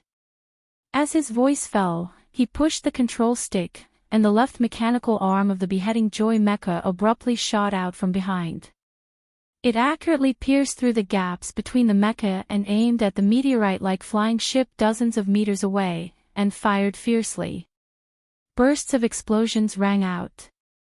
Li Feng, under the threat, did not make any concessions. He did not even say a single word to Su Lo. He simply and violently destroyed that flying ship, cutting off all of the others' escape routes. Just now, Li Feng was a colonel in the Federation who was in charge of military affairs. Now, Li Feng had officially become Madman Li. The Madman Li who was known for his ruthlessness, coldness, and strength. The terrifying Madman Li. Everyone in the Federation was afraid of Madman Li in this state, including the current deputy chairman of Xian and all the other powerful figures. This was because once Madman Li went crazy, he would not listen to reason. Other than the words of war god Li Pifu and Zhong Shouhu, he would not listen to anyone. War god Li Pifu and that fierce tiger in the West Woods had become the eternal stars in the universe. Su Luk seemed to be in a truly dangerous situation, but he was still calm and unafraid. This was because he had never been afraid of his opponent. Whether it was Lin Yuan, Kaki, or Qingqing, they had defeated the invincible Madman Li in the military, but they had never defeated him. Looking at the flying ship in the distance that had been blasted into pieces, Su Li's eyes slowly narrowed.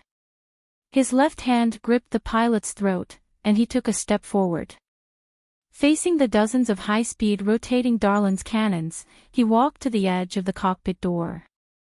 He raised his left arm expressionlessly and suspended the pilot's body in midair. Then, he stared into Madman Li's eyes and began to vent his anger. Chapter 920. Do you think that I will be afraid of you because you are unreasonable and violent? Madman Li, you probably forgot what kind of person I am. When there is a need, I will be even more unreasonable and violent than you, because at this moment, I am more righteous than you. You gave me a chance to fight fairly. Su-Lu narrowed his eyes and looked at the Federation mecha around him. Give me your MXT, and I will fight all of you alone. Is that fair? Don't forget that I designed these mechas. Is the Federation treating me so fairly? He looked around, and his nail-like gaze finally landed on Madman Li's cold face. He licked his dry lips and frowned. If you say that I don't have the right to be fair because I am from the Empire, then what about Team 7? When I went to the front lines, there were 137 people. Do you know how many people are left after 3 years, including this planet and the retired old men? Su-Li's voice became light and tired. It was even more boring than the morning breeze in a foreign land.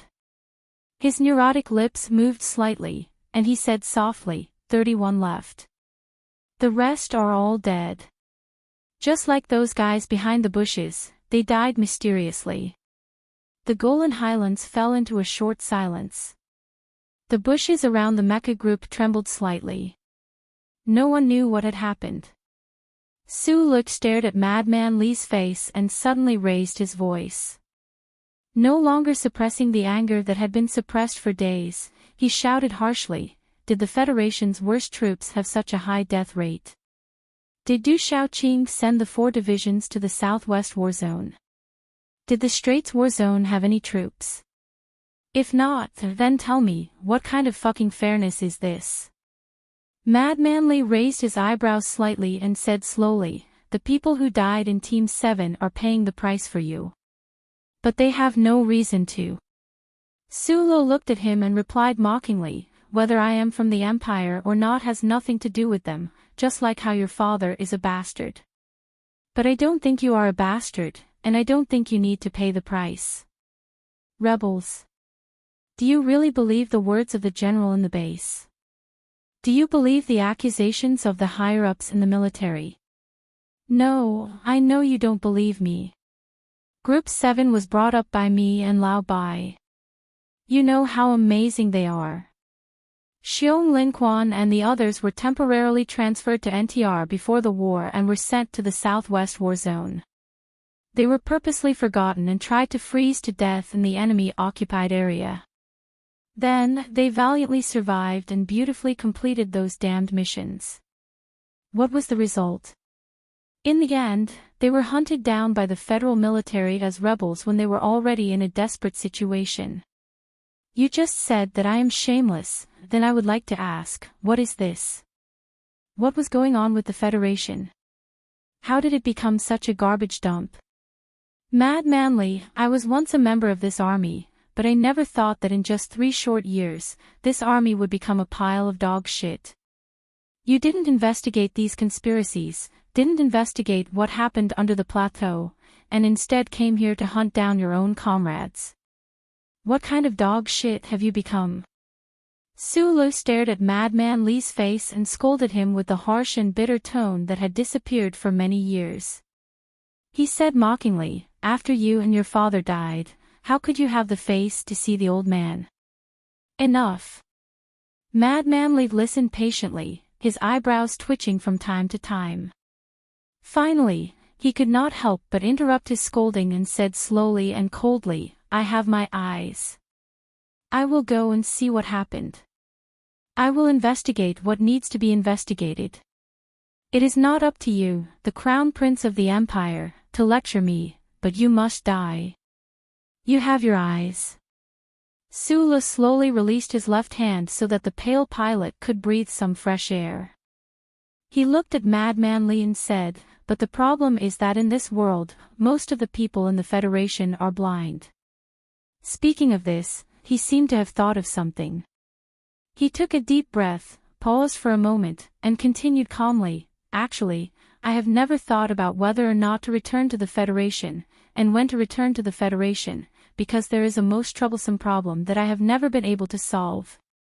But now I understand that these are just excuses.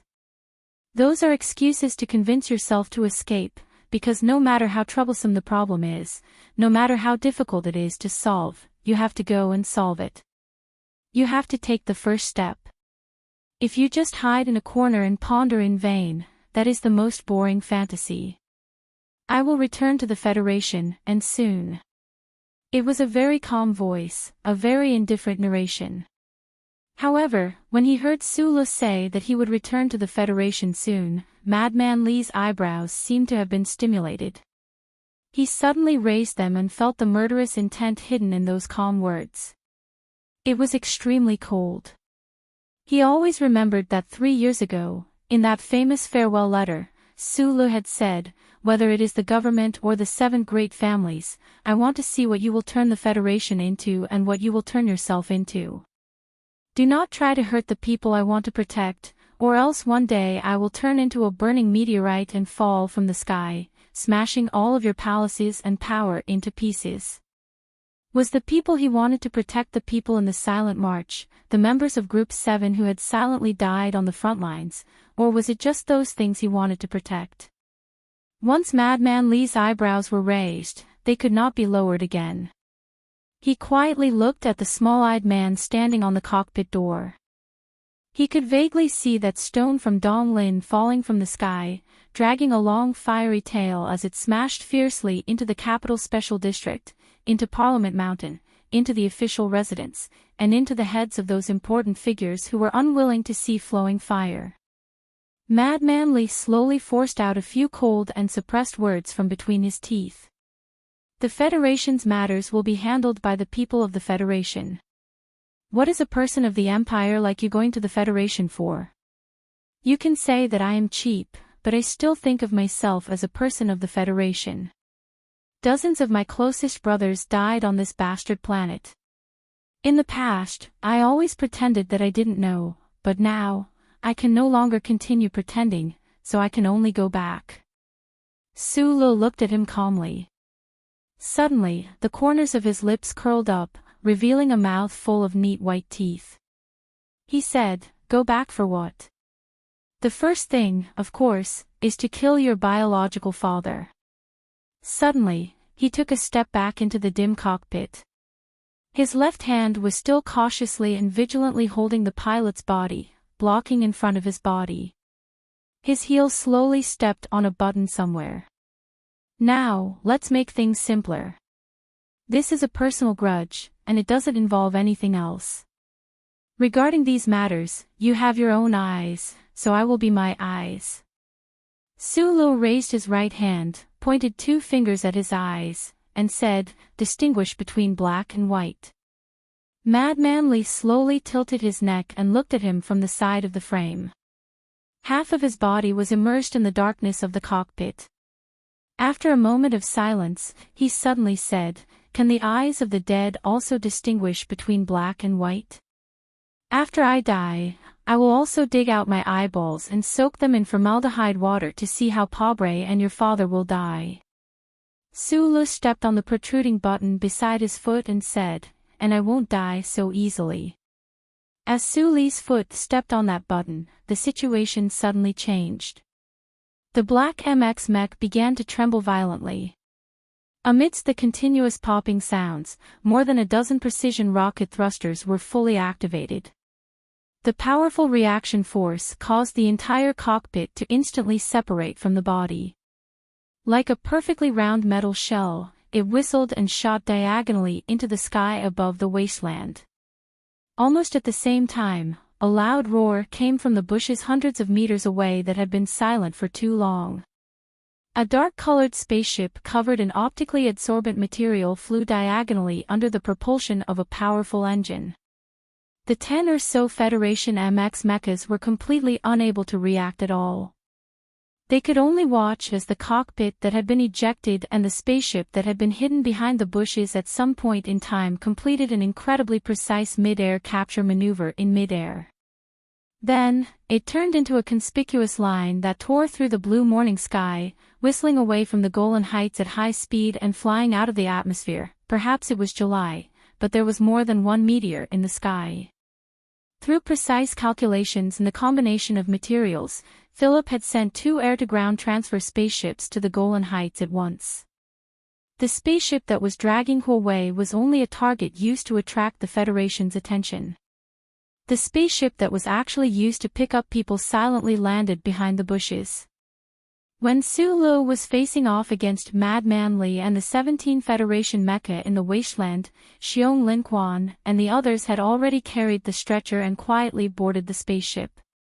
In order to prevent Lunatic Li from noticing the commotion on the other side, Su Lo had to stay on the field and perform a total of 3 precise and perfect ejection moves. His unbelievable mecha control allowed him to complete this move, and in the end, he was able to climb high and retreat gracefully. Su Lo and the old man were invincible. Madman Li silently looked at the spaceship that was disappearing into the horizon. He didn't speak for a long time. Finally, the corner of his mouth twitched slightly. He muttered to himself in a low voice, 3 ejections. You're still so strong, but who can distinguish between black and white? The surrounding cockpits opened one by one. The pilot that was held hostage by Su Lo was also rescued. In the last moment before the cockpit was ejected, this pilot was thrown out. After a short period of unconsciousness, he woke up. His life wasn't in any danger. The morning breeze brushed past. More than 10 black mecha were looking at the eastern sky. These were the most outstanding soldiers of the Federation. Their faces were filled with resentment and anger. They cursed Su Li's shamelessness and cunning angrily, and then they looked at the beheading happiness mecha with complicated expressions. As members of the core mecha camp directly under Madman Li, they knew very well what kind of strength their colonel possessed. Thus, at this moment, they were somewhat puzzled and confused. Why didn't their colonel do anything when the cockpit was ejected at the last moment? Yes, during the process of the last cockpit being ejected, with Madman Li's strong mecha control skills, he definitely had the time and opportunity to stop or knock down the cockpit. However, for some unknown reason, in the end, he didn't do anything. Perhaps it was because of Su Li's last sentence. He said he wanted to go back to the Federation to kill my father. Madman Li lit a cigarette and said expressionlessly, I feel that this matter can be done. I'm too embarrassed to do it myself, so someone has to do it. Chapter 921. There was a saying in the Federation that the thinner the lips, the colder and more ruthless the temperament of a person. This saying was hard to prove with Su Li's attitude on the surface, but when probed into the depths of his heart, it vaguely made sense. On the other hand, Madman Li was the opposite. He was the youngest colonel in the Federation with thin lips. If he hadn't been willing to silently protect Du Shaoqing for 3 years, he might have already become the youngest general in the history of the Federation. In the eyes of many people, he had a ruthless and cold temperament. As he watched the spaceship leave, he could coldly discuss how his own father was about to be hunted down by someone like Su Lo. In reality, however, not many people could touch the true fire in his ruthless body. The military vehicle driving towards the base shook uneasily. The cigarette swayed uneasily between his thin lips.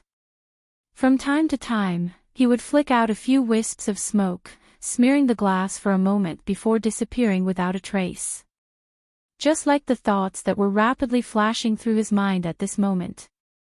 Before Du Shaoqing was transferred back to the capital ring, he had a long conversation with him in the battlefield graveyard. During the conversation, the Federation General's greatest concern wasn't the war situation on planet Mo Hua after he left, but the internal problems of the Federation forces. The political atmosphere of the Federation, especially the capital special district's political atmosphere, had long been corrupted. The infamous Joint Investigation Department had long wanted to extend their tentacles into the front lines outside the space channel, but they didn't dare make a move due to Du Shaoqing's power and influence. Du Shaoqing was worried that after he left, no one would suppress the Joint Investigation Department, which had extremely high authority. He was worried that those filthy political conflicts would invade the forces, so he secretly instructed Li Feng to closely observe, pay attention, or guard against such anomalies. This seemingly difficult task was very simple for Li Feng because he was the grandson of the Lis of Philadelphia, the son of Chairman Li Jiedu, and everyone knew that the man behind the dark curtain was none other than Li Jiedu. As per Du Shaoqing's instructions, Li Feng had been keeping a vigilant eye on the 17th Division. Even after being sent to the Straits to take charge of the battle, he had not forgotten about this matter. When he confirmed that the new 17th Division would not be going to the front lines, and that the upper echelons of the military and the investigation department probably did not do anything, he relaxed. Then, at the end of the continuous battle, he was somewhat shocked and angry to receive news that the NTR team of the new 17th Division had defected. This was an accident. If Da Vinci had obediently accepted the investigation and not chosen to fire back, then none of the subsequent events would have happened.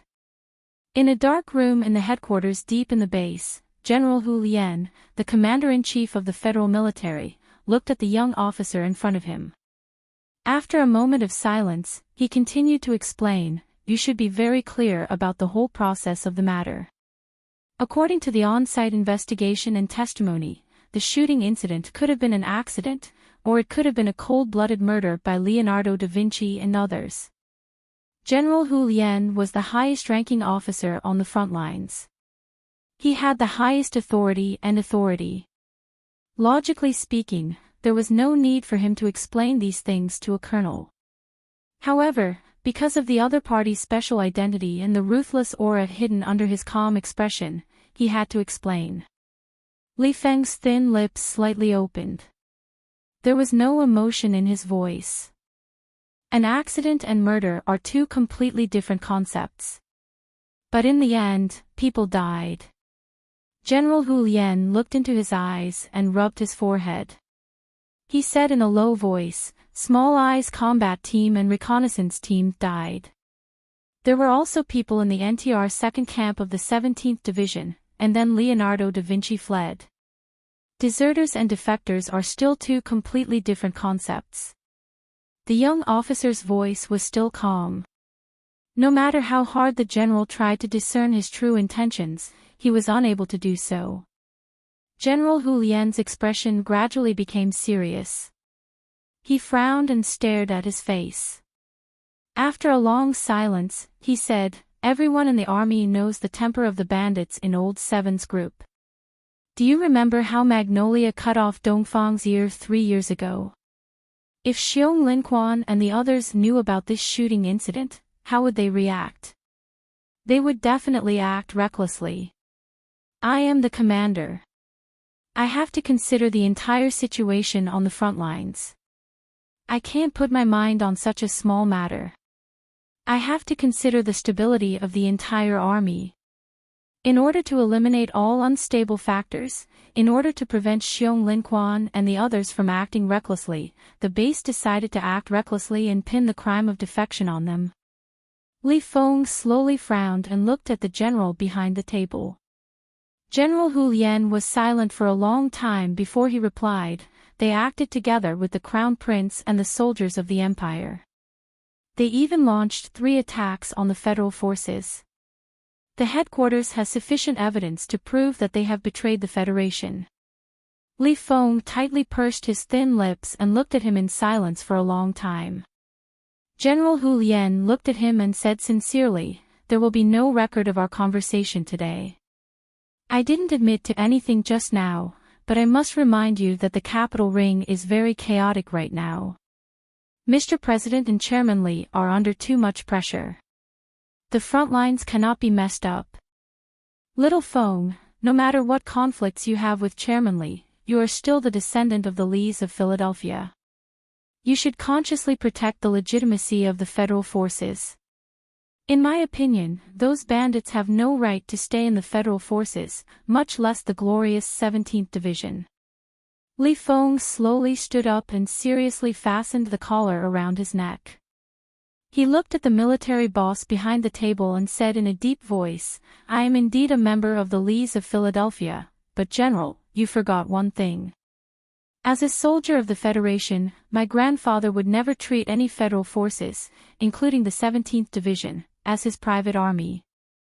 If that father of mine has expressed similar intentions to you, I can only say that to this day, he probably still doesn't understand why my grandfather retired to the lakeside. I can only say that he has no right to wear this military uniform. Li Feng stood up straight in his dark military uniform. With a clap, he saluted expressionlessly like a sword about to be unsheathed. General Hu Lian looked at him and squeezed out a strained smile, saying, "You fought well in the Battle of the Straits. You should rest early. I will ask for a reward for you. The next time we meet, you should have an extra star on your shoulder. I have never needed to rely on a general star to prove my accomplishments. My mecha's mechanical legs are already painted with countless stars."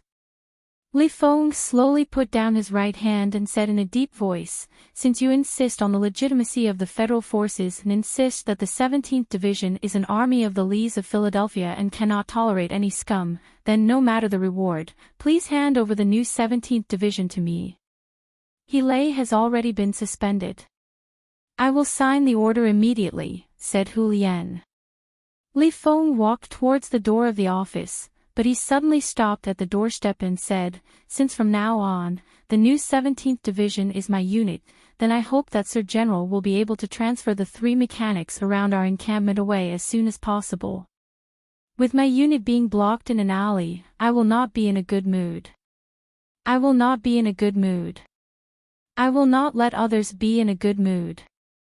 The armored military vehicle roared as it drove out of the forward operating base, rushing toward the area where the new 17th Division was stationed. Li Feng lit up another cigarette, causing the cigarette in his tall and strong body to sway uneasily at the same time. His slightly furrowed brows contained a storm. He sat in the front passenger seat, with a few officers in the back. These officers were the assistants or supervisors that War Godly Pifu had specially chosen for him after he had caused a ruckus on Parliament Hill and smashed Senator Zion's office. Many years had passed in a flash. These officers had followed him through the West Woods and entered the Empire. Their loyalty and ability were unquestionable. Feeling the strangely oppressive atmosphere in the car, no one spoke. One of the staff officers had been staring at the screen on the workbench on his knees, and no one knew what he saw. He waved his arm vigorously, and then quickly reported to the front, "The letter of appointment has been filed. You are officially the acting commander of the new 17th Division." "What about the 3 mechanics around the 17th Division?" asked Li Feng expressionlessly. "The defense order has been issued. According to the time calculation, they would have already evacuated when we arrived," replied the staff officer. Li Feng shook his head and threw the cigarette in his hand out of the window. He said, "Other than being good at defense, Hu Lian's most famous skill is to flatter my father. For him to hand over the 17th Division to me so quickly means that the rumors are true. But I wonder if in a few more hours, he will regret handing over the authority too quickly." In the shaking military vehicle, the staff officers looked at each other. Although they did not speak, they could see the excitement in each other's eyes. They knew very well that the calmer the young acting commander in the front passenger seat was, the crazier he would be. "Get me a copy of all the orders and records of the NTR unit immediately. Look for old Luo in the headquarters for this matter. Top secret document. His authority level is not enough. Just say that I want it. If anything happens, I will take responsibility for him, even if it is the Bureau of Proclamation." "Yes." Also, Li Feng frowned slightly. Thinking of Su Li's words before he left, he said, "Investigate what exactly happened with the earthquake at the Biji Plateau." A battered military vehicle drove into the military camp in the desolate twilight. Smoke and dust could be faintly seen in the distance. It was probably the movement of the 3 fully equipped mechanics. The scene of hundreds of mechas activating at the same time, although it was not in front of one's eyes, one could imagine how magnificent it would be. His military boots stomped heavily on the ground. Madman Li walked out of the military vehicle. There was no emotion on his face, only a violent rage that was almost impossible to suppress. On the way, he had already obtained all the secret records and completely understood the so-called rebel army's command and pursuit, so he no longer hid his true emotions. He did not care to hide them. "Get out! Get out! Get out!" The young acting commander's burly body burst into the military camp. The military police who were ordered to monitor the 17th Division were directly blown away by a series of thunderous roars. Walking into the new 17th Division headquarters, the first thing Madman Li did was to stop Helay's confinement. Then, he gathered all the officers of the new 17th Division above the rank of colonel for an impromptu meeting. "My name is Li Feng. From today onwards, I will be the acting commander of the new 17th Division."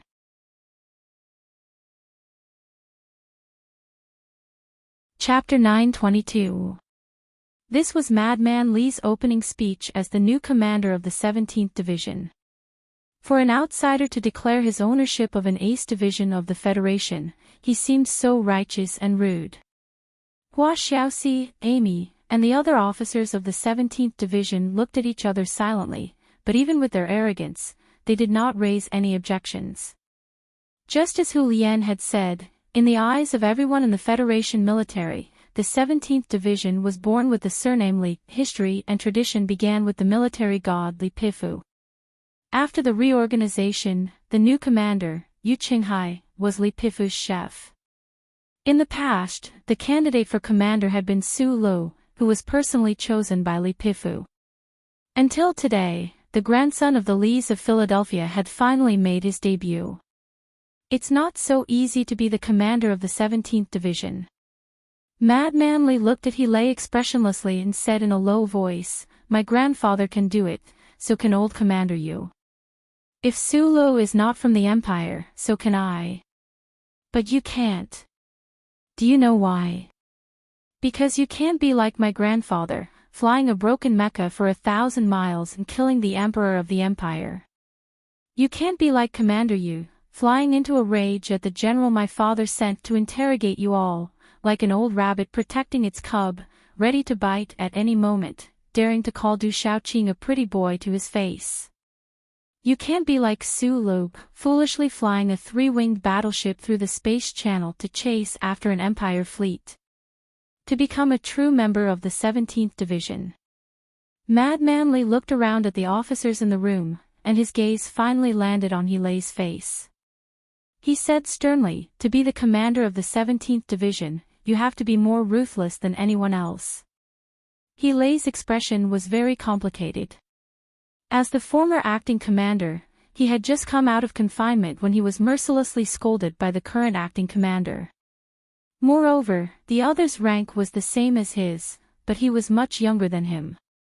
Who could accept this? But at this time, the person lecturing with a sullen face was Madman Li. He had joined the army at the age of 12, and his mecha had produced countless legendary battle results. He had enough experience and background to scold these originally proud and powerful officers in the room. Lin Ai sat in the corner. He quietly listened to the first lecture of this acting teacher. He felt that there was something different between the lines. It was as if he was deliberately provoking a certain emotion in everyone, causing the atmosphere in the room to become irritable. This young Commander Li, he took off his military cap, rubbed his bald head, and asked seriously, "I want to ask, under the current circumstances, what should the 17th Division do to be considered ruthless?" The officers of the 17th Division in the room all knew very well that the so-called current circumstances referred to the NTR unit of their division being ordered to carry out the most difficult mission, and then being framed as a traitor by the upper echelons of the military. Under the pressure of the Federation's investigation department and the pursuit of the small-eyed combat department, they had suffered heavy casualties, but they could do nothing about it. Madman Li did not answer his question. His eyes were downcast as he said indifferently, "The mecha unit under my command has already been handed over. I want to know where the mecha of the 17th Division are now, what their condition is, and whether they can fight. Other than the engineering-related mecha, our division has a total of 144 MX model military mecha, all in camp. The mecha group is in good condition, and their self-test frequency has not decreased.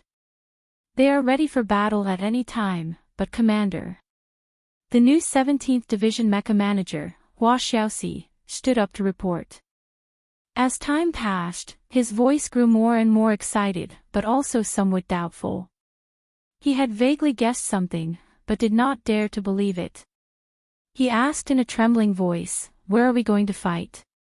"As soldiers of the Federation, wherever the enemy is, we will go to fight."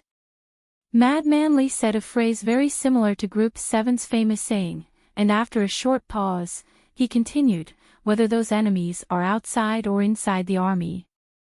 Hearing this, the officers of the 17th Division in the room finally understood what he wanted to do. The expressions on their faces fluctuated between shock and doubt, excitement and hesitation, and in the end, they were all replaced by an iron-blooded ruthlessness. All the officers, including He Lei, pushed back their chairs and stood up. With a clap, they stood at attention and saluted the acting commander behind the desk. Although they remained silent, their attitude was already clear. Acting Commander Li Feng, who had just entered the 17th Division's camp less than half an hour ago, led his subordinates in dozens of bulletproof military vehicles, leaving the camp in a cloud of dust. The convoy's destination was the base where the Federal Military Headquarters was located. The black explosion-proof tires rotated at high speed, letting out ear-piercing screeches from time to time. The stones in the field were crushed and sent flying in all directions, and the soft soil was thrown everywhere. Dozens of Federation military vehicles roared forward at the same time, dragging countless black and yellow tails behind them. It was an exceptionally majestic sight, and the momentum was astonishing. The base war zone had been completely controlled by the Federation 3 years ago. Within an area of several thousand square kilometers, there were 17 Federation ground troops stationed, and the total number of soldiers exceeded 200,000. Although there was no need to closely monitor the rear of the base, this shocking convoy still alerted the sentries of the various troops at first notice. The reorganized Mechanic Division, the new Armor Division, the Rapid Reaction Brigade, and the various troops all tried to do something after receiving the information, but when those generals with outstanding military achievements confirmed that the convoy came from the new 17th Division base, and that Madman Li was sitting in the military vehicle at the very front, they immediately understood what the new 17th Division wanted to do. After a moment of silence, they restrained their troops and entered a strange period of silence. It was impossible for the Federation headquarters in the base to remain silent. Lieutenant General Hu Lian's forcefully suppressed cold voice rang out in the vehicle system, "Little Feng, you want to start a mutiny right after taking office? This is fucking nonsense. Go back immediately." Madman Li looked at the base lugs in the distance and replied expressionlessly, "Commander, if the 17th Division really wants to mutiny, there will be more than just a few dozen military vehicles here." Lieutenant General Hu Lian roared angrily, "A few dozen military vehicles? Don't think that you can hide from the eyes of the headquarters just because you have an old friend in the General Staff Department. The Bureau of Proclamation just sent out an emergency report, and the Federation has detected that the 17th Division's mecha have been activated and are on the way. What are you trying to do? Is there something wrong with your brain?" Madman Li's delicate eyebrows slowly furrowed. He really did not expect that the tattered charter network of planet Mo Hua would be able to notice his deployment so quickly. After a moment of silence, he calmly replied, "Commander, as the acting commander of the 17th Division, I will be leading my division's Internal Affairs Department to the forward base to investigate some officers who are suspected of collaborating with the enemy. In order to prevent any resistance, I have ordered the mecha group to be activated. Please understand." Lieutenant General Hu Lian angrily rebuked, "Bullshit. What authority does a division's Internal Affairs Department have to investigate a case? Or are you saying that you, as a division commander, want to overthrow the headquarters? You misunderstand." The vehicle was shaking, but Madman Li's face did not tremble at all. He replied in a low voice, "The front lines need stability, and the troops need stability. I don't have any thoughts about the headquarters, but since I am the commander of the 17th Division, there are some things that I need to express. Don't forget your identity. You are a soldier of the Federation, and a soldier's duty is to obey orders. If you don't withdraw immediately, I will arrest you for attempted mutiny." Madman Li very succinctly replied with 2 words, "Welcome." After a moment of silence on the other end of the communication system, Lieutenant General Hu Lian's somewhat tired voice rang out again. "This is the front lines. Your attitude will make the entire situation uncontrollable. Little Feng, you should know very well what it means to have the Empire's people watching us from the north. If the base is in chaos, what it means. It is precisely because the Empire's people are watching us from the north that I must first remove the abscesses in the base. Otherwise, the soldiers fighting on the front lines will have to constantly be on guard against a cold shot from behind. How will this battle continue? This is a mutiny." Lieutenant General Hu Lian was clearly enraged by the convoy that the new 17th Division had sent out. He heavily slammed the table and roared angrily, "Even you can't bear this responsibility."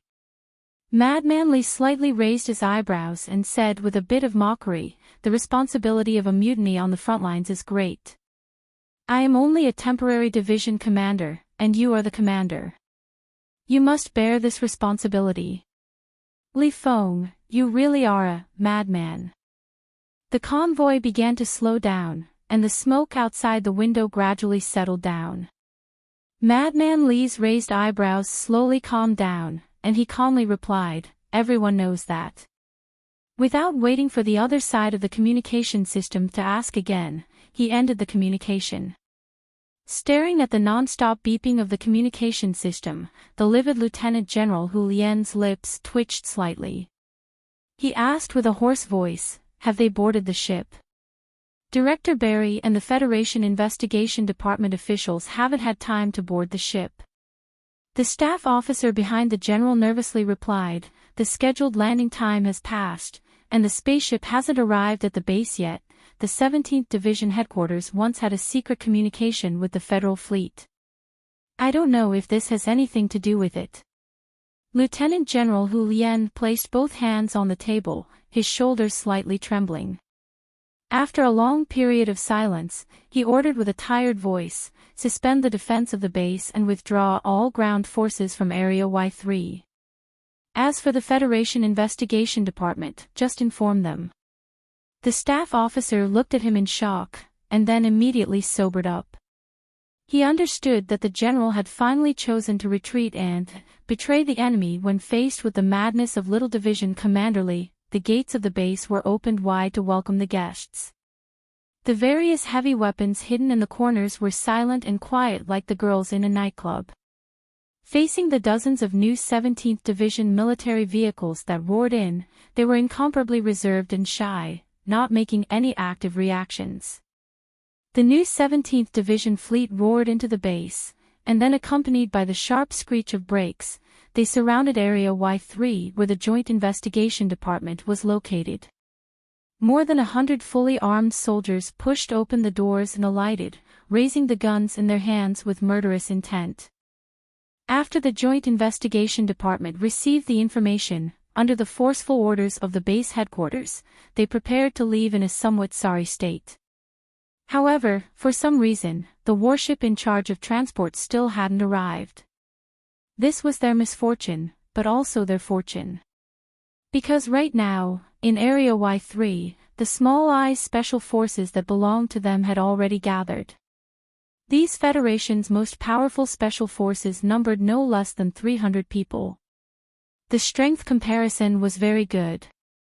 Director Barry looked at the other side with a gloomy expression, and began to prepare a lecture to seize the other side's courage.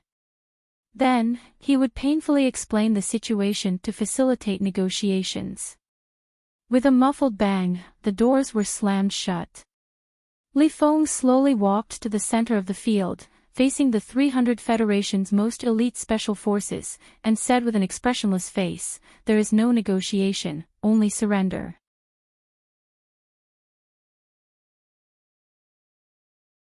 Chapter 923.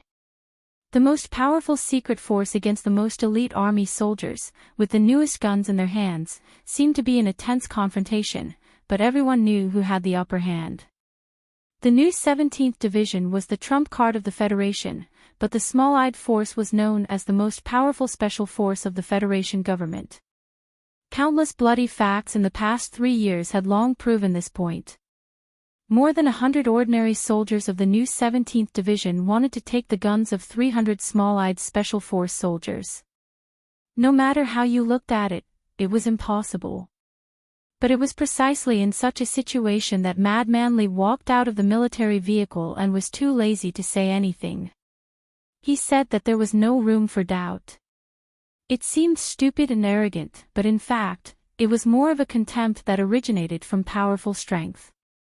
The elite special forces of the small-eyed unit stared at the young colonel who had delicate features but gave off a strong sense of oppression.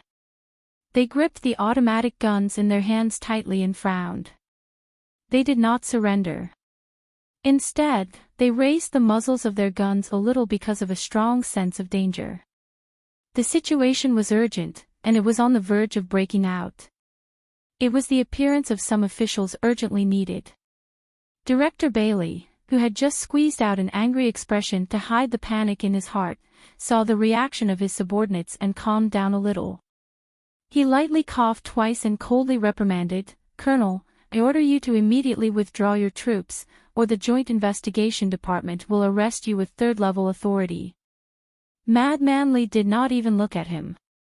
He still looked at the black mass of Special Force soldiers in front of him with a blank face. His eyes swept across their military uniforms and the eye-catching blood-red small I emblem on the left arm of the military uniform.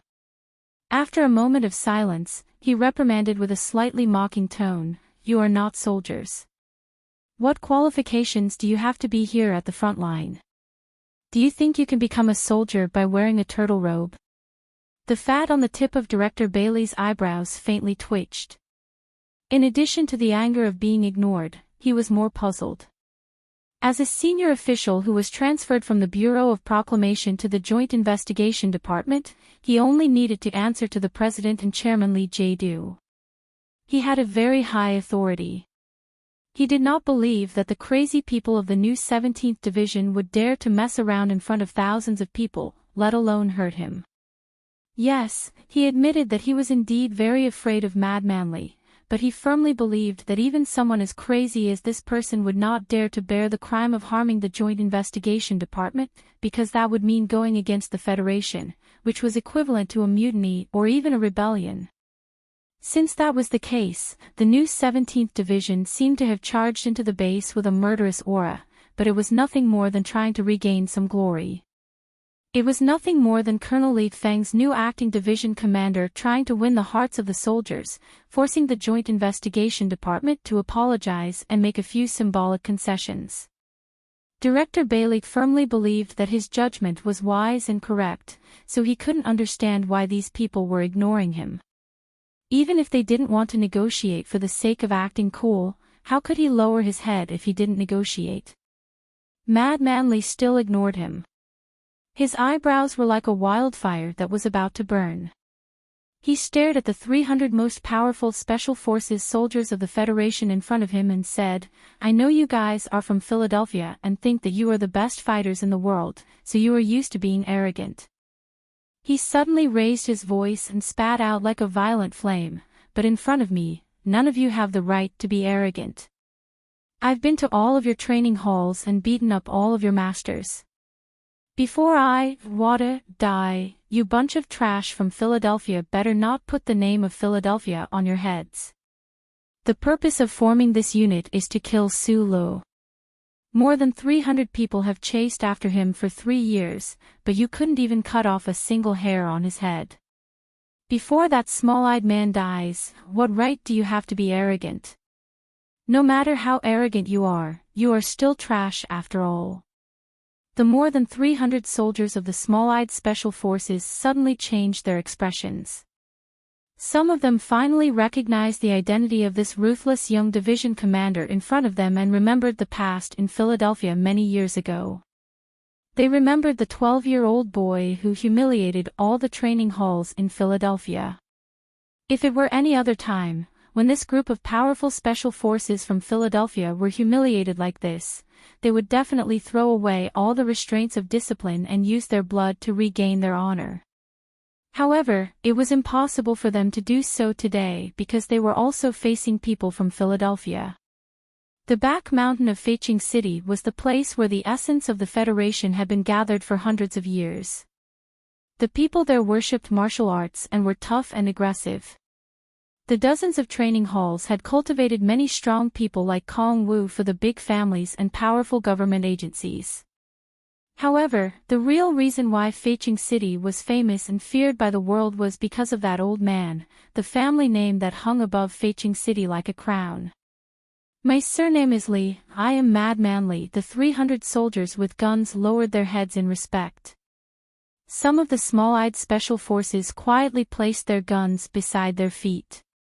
Scattered sounds of metal clashing sounded in the field. Although some of the soldiers were still holding their guns nervously and waiting for orders from their superiors, no one dared to look directly into Madman Lee's eyes anymore.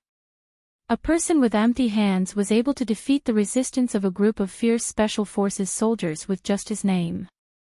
Other than the godlike influence of his family in Philadelphia, it was also because of his tyrannical and ruthless personality that had long become a legend. Who else could have such an intimidating presence other than him? At this moment, the heavy sound of rolling tracks suddenly sounded around the Y3 area of the base, mixed with the clear sound of hydraulic jumping. Dozens of black MX mechas solemnly entered the area and immediately took control of the situation. If the new 17th Division had shown up first to intimidate them, the small-eyed special forces would have had no choice but to surrender in the end. However, no one could say for sure whether or not there would be any bloodshed due to some unforeseen circumstances. Therefore, in Madman Lee's plan, he had decided to show up first by himself to intimidate everyone and minimize the possibility of bloodshed. Director Bailey had been watching everything with a frown on his face. No one had paid him any attention, so he had the opportunity to analyze the situation.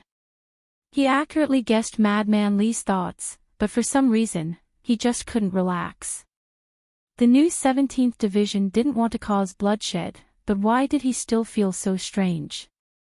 Director Bailey couldn't understand. He watched as the new 17th Division soldiers walked into the crowd and began to disarm. He felt a strange cold wind blowing between his eyebrows and ears, and he began to smell some sort of danger. If the new 17th Division finished disarming, then the entire small-eyed special forces, or more accurately, the officers of the Joint Investigation Department, would no longer have any power to protect themselves. They could only become shivering white rabbits, waiting to be skinned alive or cut into 13 pieces and braised behind the back of HTD Bureau. Director Bailey's breathing quickened. He couldn't just watch the situation develop like this. In order to stop the other from disarming, he gathered his courage and looked at Madman Lee angrily.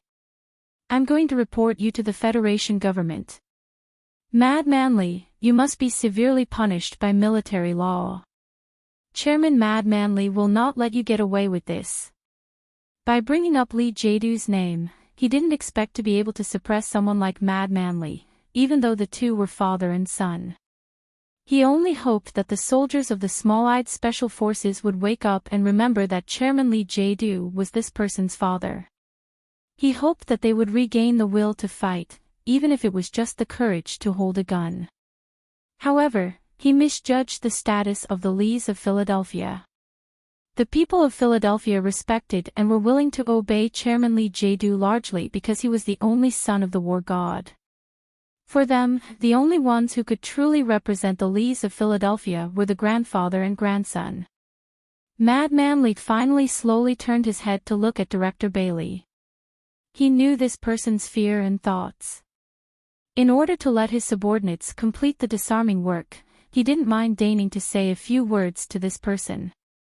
The complaint is invalid because this is the front line, not the Capitol Ring, and not a rotten house like Parliament Hill or the official residence.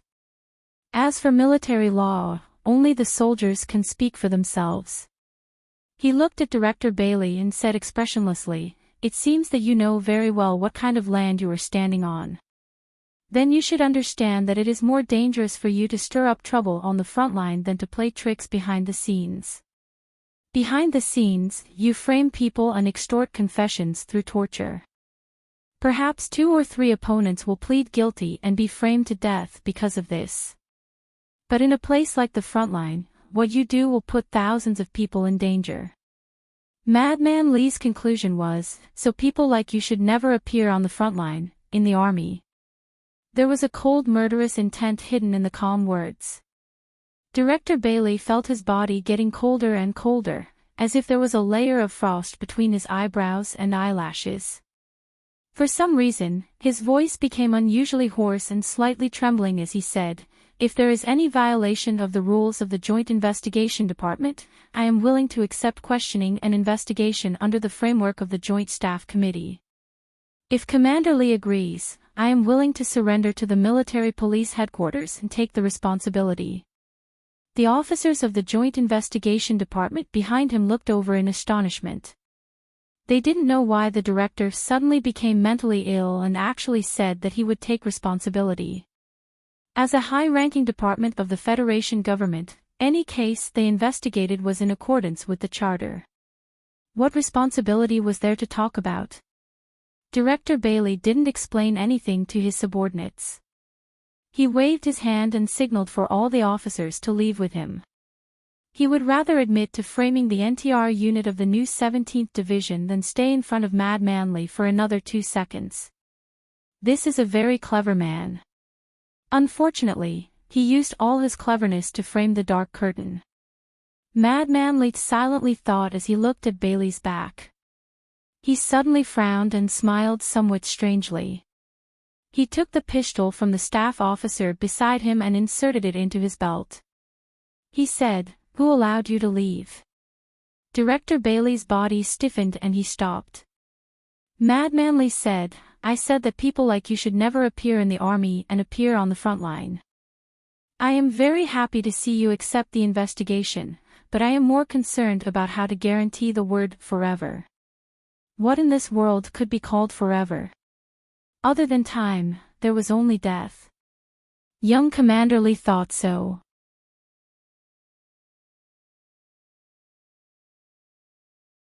Chapter 924. He walked forward and took out a piece of paper from his left breast pocket.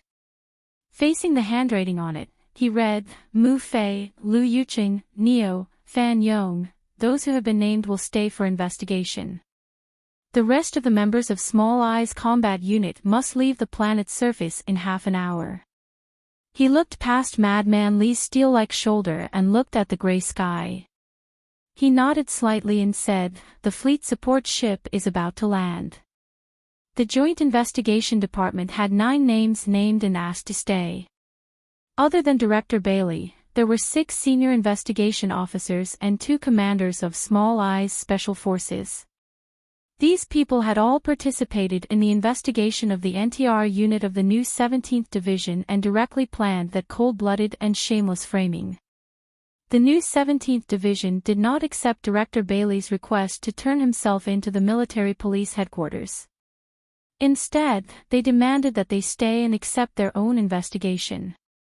Some of the hidden meanings gradually became clear, and the officers of the Joint Investigation Department finally understood why Director Bailey had acted like that before. A dangerous atmosphere permeated the field, flowing slowly and seeping along the edges of the cold steel mecha and guns, as if it wanted to freeze all the heat and noise. Director Bailey's face was slightly pale. Looking at Madman Lee's face, his fingers hanging by the side of his pants trembled slightly. He was afraid, but it did not mean that everyone in the department was afraid. The Joint Investigation Department had a rare high level of authority and directly reported to the President and the Joint Chiefs of Staff. Over the years, they had wreaked havoc in the capital ring's official and judicial circles, but they had never encountered a real challenge.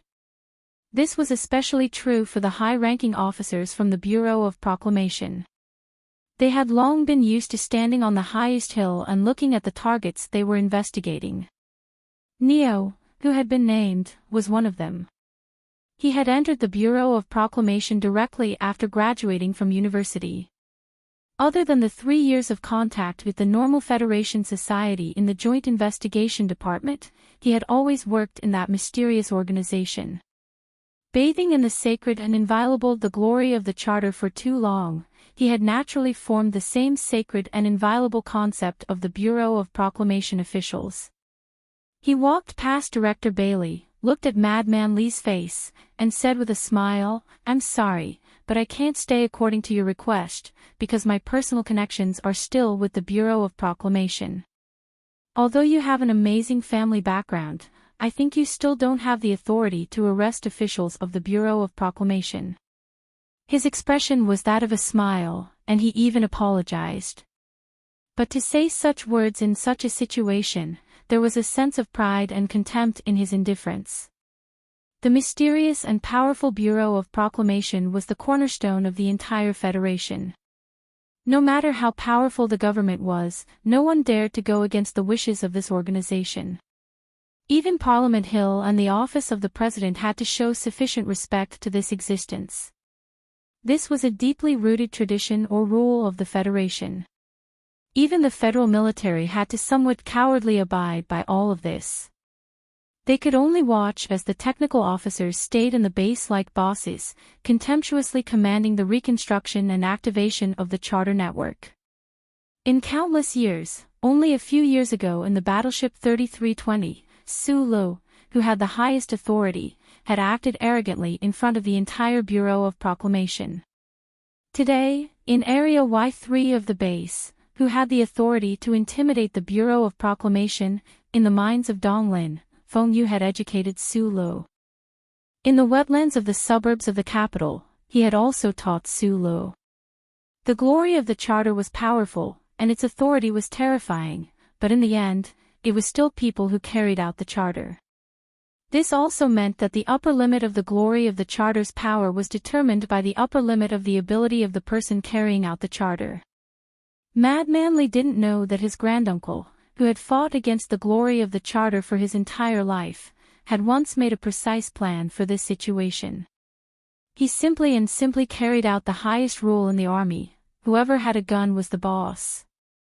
Therefore, he raised the gun in his hand, aimed at the Bureau of Proclamation official called Neo, and pulled the trigger expressionlessly.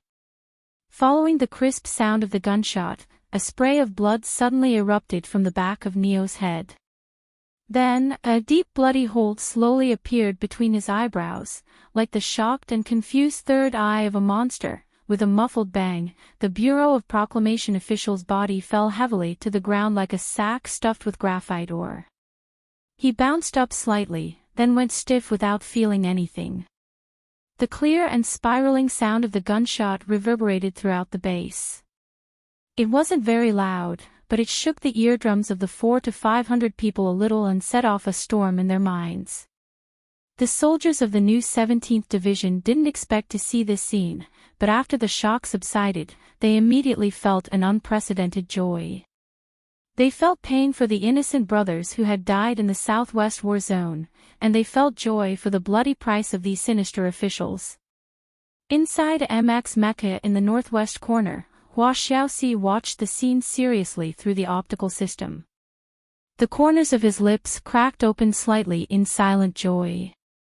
In the division headquarters, Madman Lee had once told them that in order to become a true member of the new 17th Division, one had to be ruthless enough.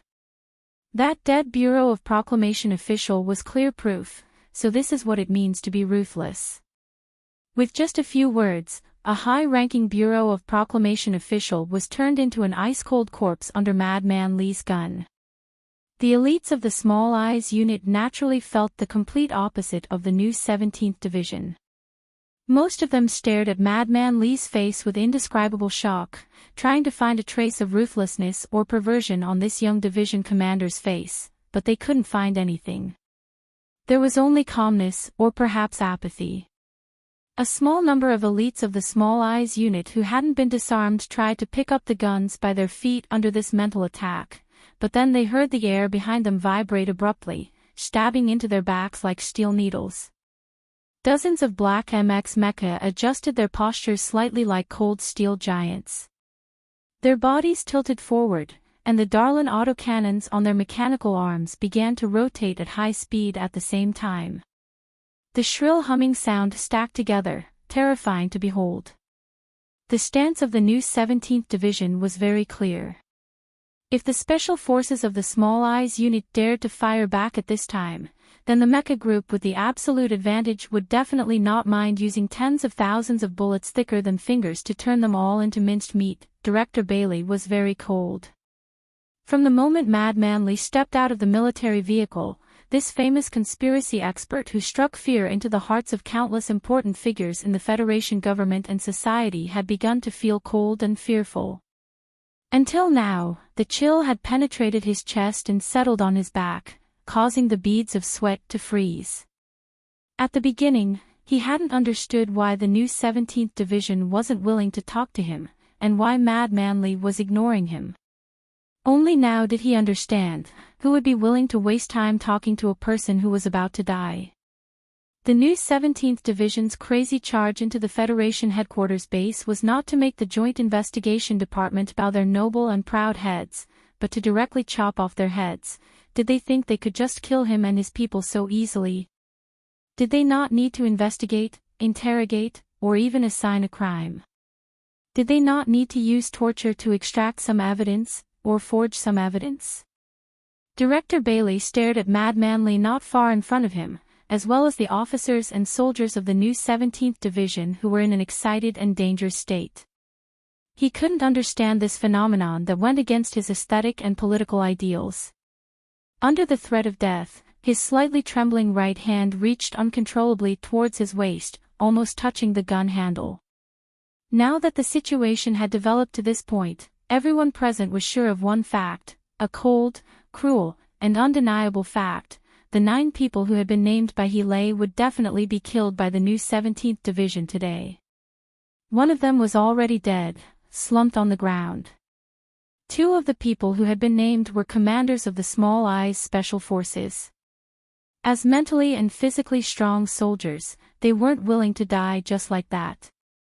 Faced with such a cruel prospect, their gazes drifted towards the scene. Where their gazes landed, a few of the commanders who were loyal to the death stared at the ground beneath their feet. They didn't seem to have any interaction, but suddenly their bodies tensed up, and they pounced forward like ferocious tigers, holding military knives in their hands. Their target was Mad Manley, who was standing at the front. As long as they subdued this person, the Small Eyes Special Forces would be able to regain control of the current situation. At least they would have some room to bargain, and they should be able to save the commander's life.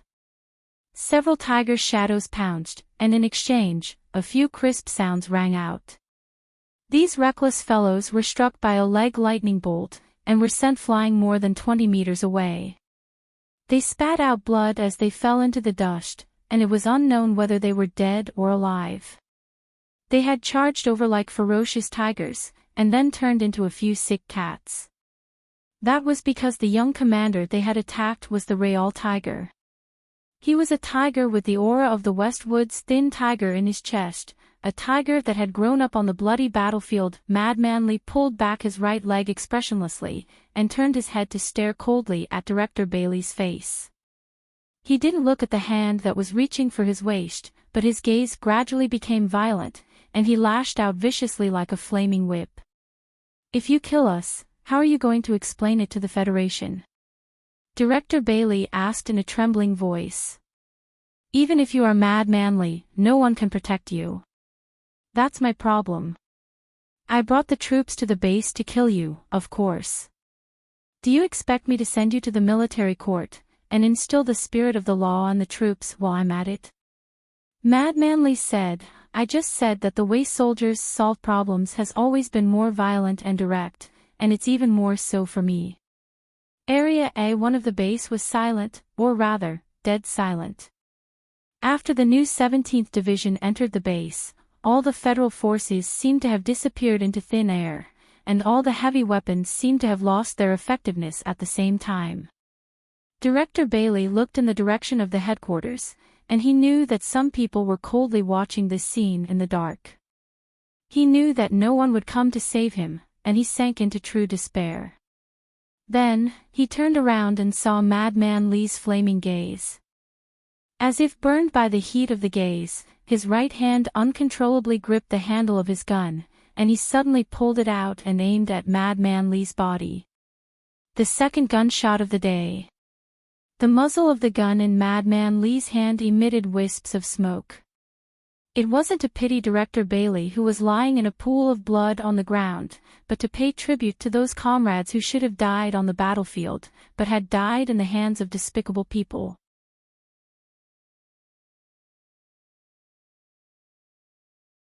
Chapter 925. Paw. Paw. Paw. After the second gunshot, there was a third and fourth. They were crisp and quiet. The walls of Area Y3 of the base were covered in blood and dust.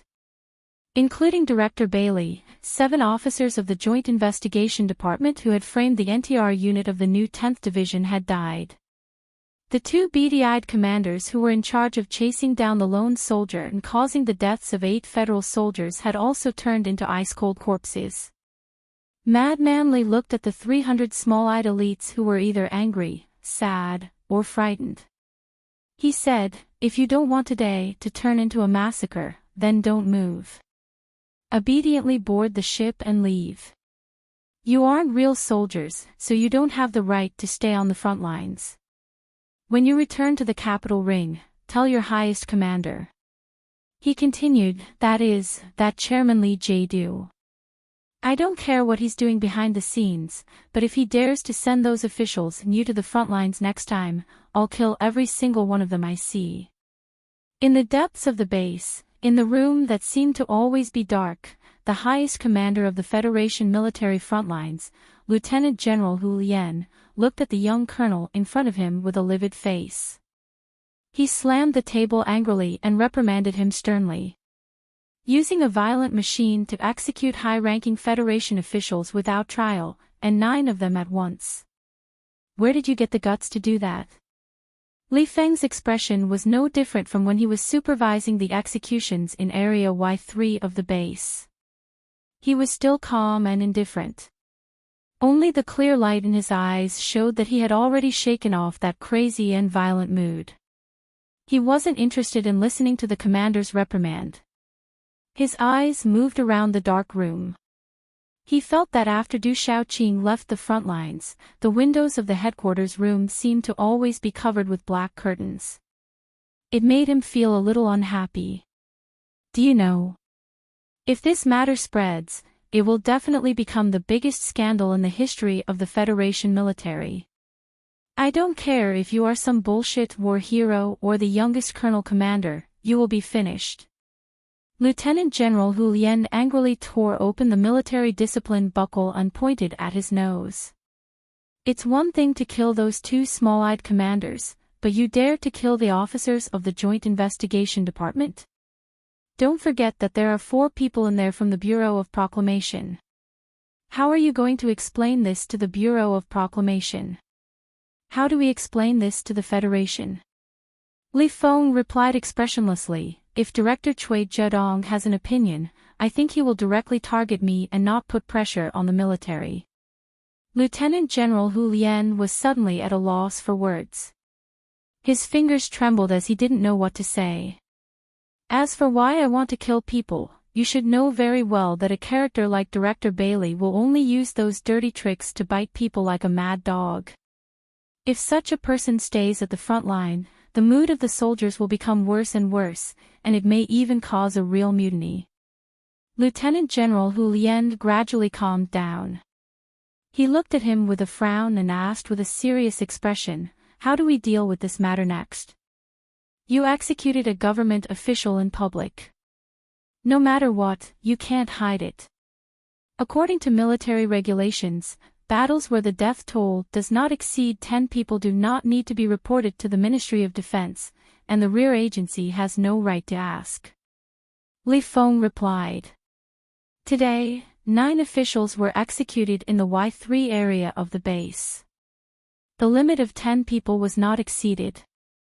As long as the frontline forces kept it a secret from top to bottom, it would not be difficult to turn this bloody incident into a surprise attack by the Empire. Lieutenant General Hu Lian stared at his calm face. He wanted to confirm whether this was an excuse that he had thought of beforehand, or if it was just a moment of inspiration. For the first time, he realized that there was actually such a meticulous strategic ability in the body of this crazy young man. Suddenly, His Excellency felt like Director Bailey was already dead. He silently thought to himself, if the military regulations of the Federation limited the death toll to more than 10 people, then how many people would have died in the base today? Would he have died? Let's not talk about the glory of the Charter. Even if all the soldiers in the frontline forces kept silent about this incident, how are you going to make those 300 small-eyed soldiers shut up? The Special Forces of Small-Eyed Soldiers belong to the 1st Military Region. We all know who these people belong to.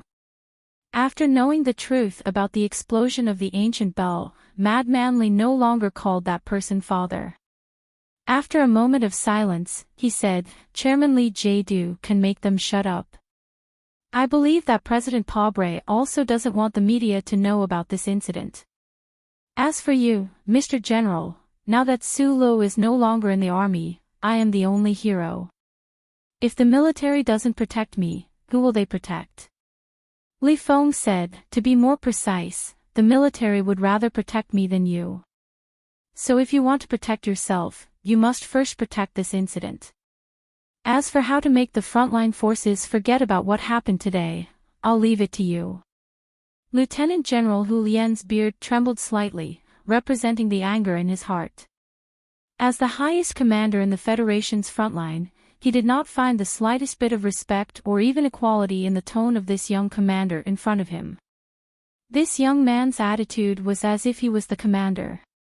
However, he could not be angry because the bloody incident caused by the new 17th Division did not involve the headquarters. If the new 17th Division or Madman Li insisted on finding out who was responsible, how could he and the headquarters stay out of it?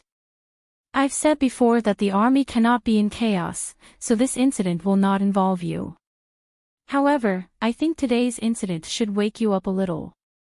Su Lu has returned to the Federation. Madman Li detonated a bomb without any warning. He stared at Lieutenant General Hu Lian, whose expression changed drastically, and said, a lot of things will happen in the capital ring. Those things are not something you can get involved in. Lieutenant General Hu Lian frowned and did not say anything. Madman Li looked at him and said with slight mockery, if you had the right to get involved in those things, Commander Shaoqing would not have been transferred back by His Excellency the President. Huai Chaosher definitely knows about this. The Empire's army will definitely not let go of this opportunity, so your current mission is to command the army and prepare for another battle with the Empire's army. Li Feng said, and my mission is to fight the Empire's army under your leadership, and at the same time, crush all the bugs that come from the rear to cause trouble. Lieutenant General Hu Lian knew that this was the condition the other had proposed. After a long period of silent consideration, he slowly nodded. Perhaps there really was a wall in the world that could block out all the gales, but there was definitely no secret that could be hidden forever, at least for Li Jiedu, who controlled all the secret organizations of the Federation government. In less than 2 hours after the cold-blooded shooting incident on planet Mo Hua, the detailed report of the incident had already been delivered to the table in front of him. In the report, the details of the incident were described in an extremely objective and calm manner, as if the narrator was on the scene, or even one of the people involved. This was the work requirement that Li Jiedu had for the Joint Investigation Department. He believed that this objectivity had nothing to do with the person involved being his own son. The slightly cold coffee was still rippling in the porcelain white cup. Li Jadu walked to the window and looked at the cold scenery of the capital. Looking at the leaves swaying under his feet after the rain, a self-mocking smile appeared on his calm face.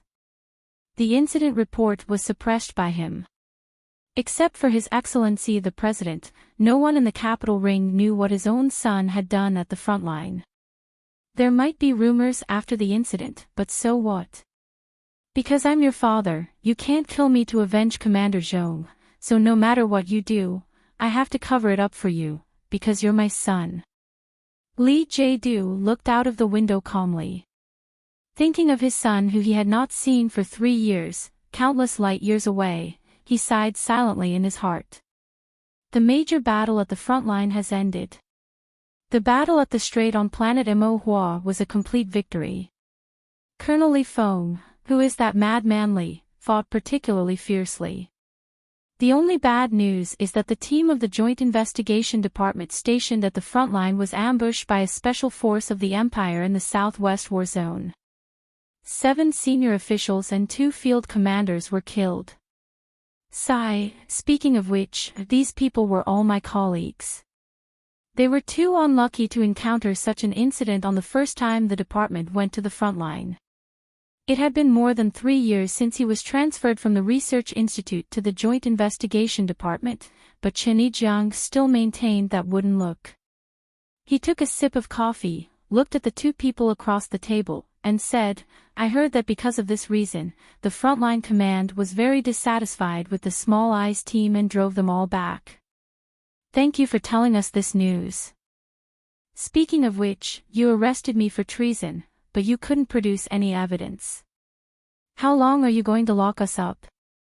We're not allowed to contact the outside world, and we're not even allowed to read the newspapers. We can only listen to you tell us these stories every day. Sitting across the table were Chief Editor Bob and reporter Wood. Wood angrily rubbed his tangled curly hair and complained incessantly, while Chief Editor Bob was concentrating on tasting his coffee, enjoying it very much. Chen Yijiang pushed the glasses on the bridge of his nose and said slowly, that money has corrupted the middle and lower structure of the government and the entire political environment. At this time, you still want to speak for them.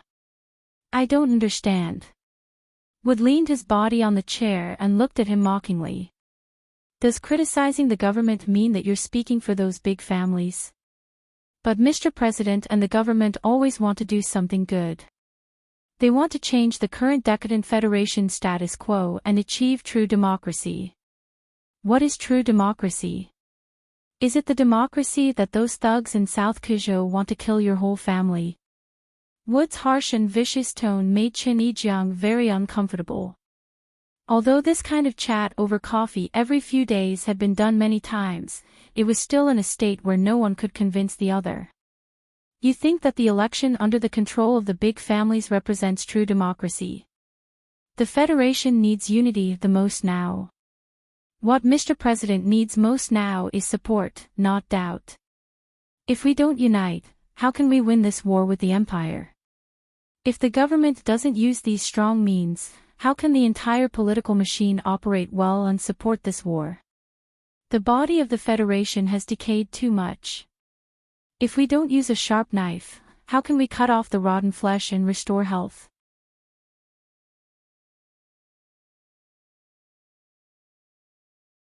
Chapter 926.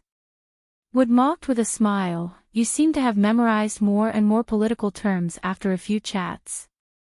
You seem to have read Mr. President's speech many times, haven't you?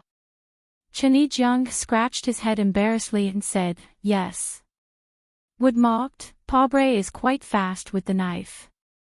He's not worried that he'll cut off the good meat that isn't abscesses anyway.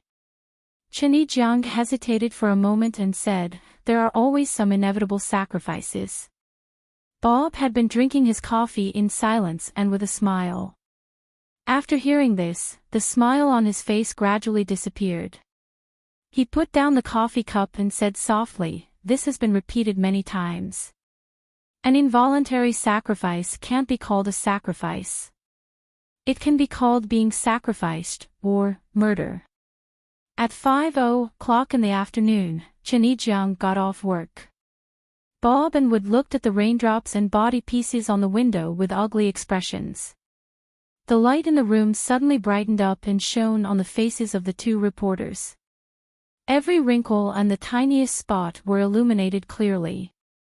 It was not until now that the haggard and exhausted faces could be seen clearly. Having been restricted by the Federation government for more than a month, the life of a prisoner was definitely not the luxurious afternoon tea time that it used to be. For people with strong enough minds, their bodies were on the verge of collapse. Behind the unusually bright light that made it impossible for people to get rid of their tiredness through drowsiness were several officers of the Joint Investigation Department in black formal suits. Their faces could not be seen clearly, only vague outlines could be seen, and the cold and sharp sound of metal grinding could be heard. Citizen number, SL6546789322153, Bob. Citizen number, SL65560835245, Wood. According to Article 4, Section 77 of the Patriot Act, your detention will be extended by 7 days. The Joint Investigation Department has completed this reading in accordance with the Special Authority Act and the authorization of the Bureau of Proclamation. Wood covered his eyes with his hands and roared angrily, "Why?" The black shadow behind the light replied without any emotion, "Due to the seriousness of the suspected crime and the complexity of the investigation, the suspect is extremely uncooperative, so we need to extend the detention time to complete the investigation." Wood angrily grabbed his tangled curly hair and slammed the table, shouting, "Do you want to keep us locked up like this forever?" The black shadow replied, "Of course not." According to the Special Authority Act, the maximum detention period of the Joint Investigation Department will not exceed 1 year. Wood fell into silence. He rubbed his sunken eyes and no longer spoke. The official in a black suit sat down. His eyes fell on Wood's thin face along with the dazzling incandescent light.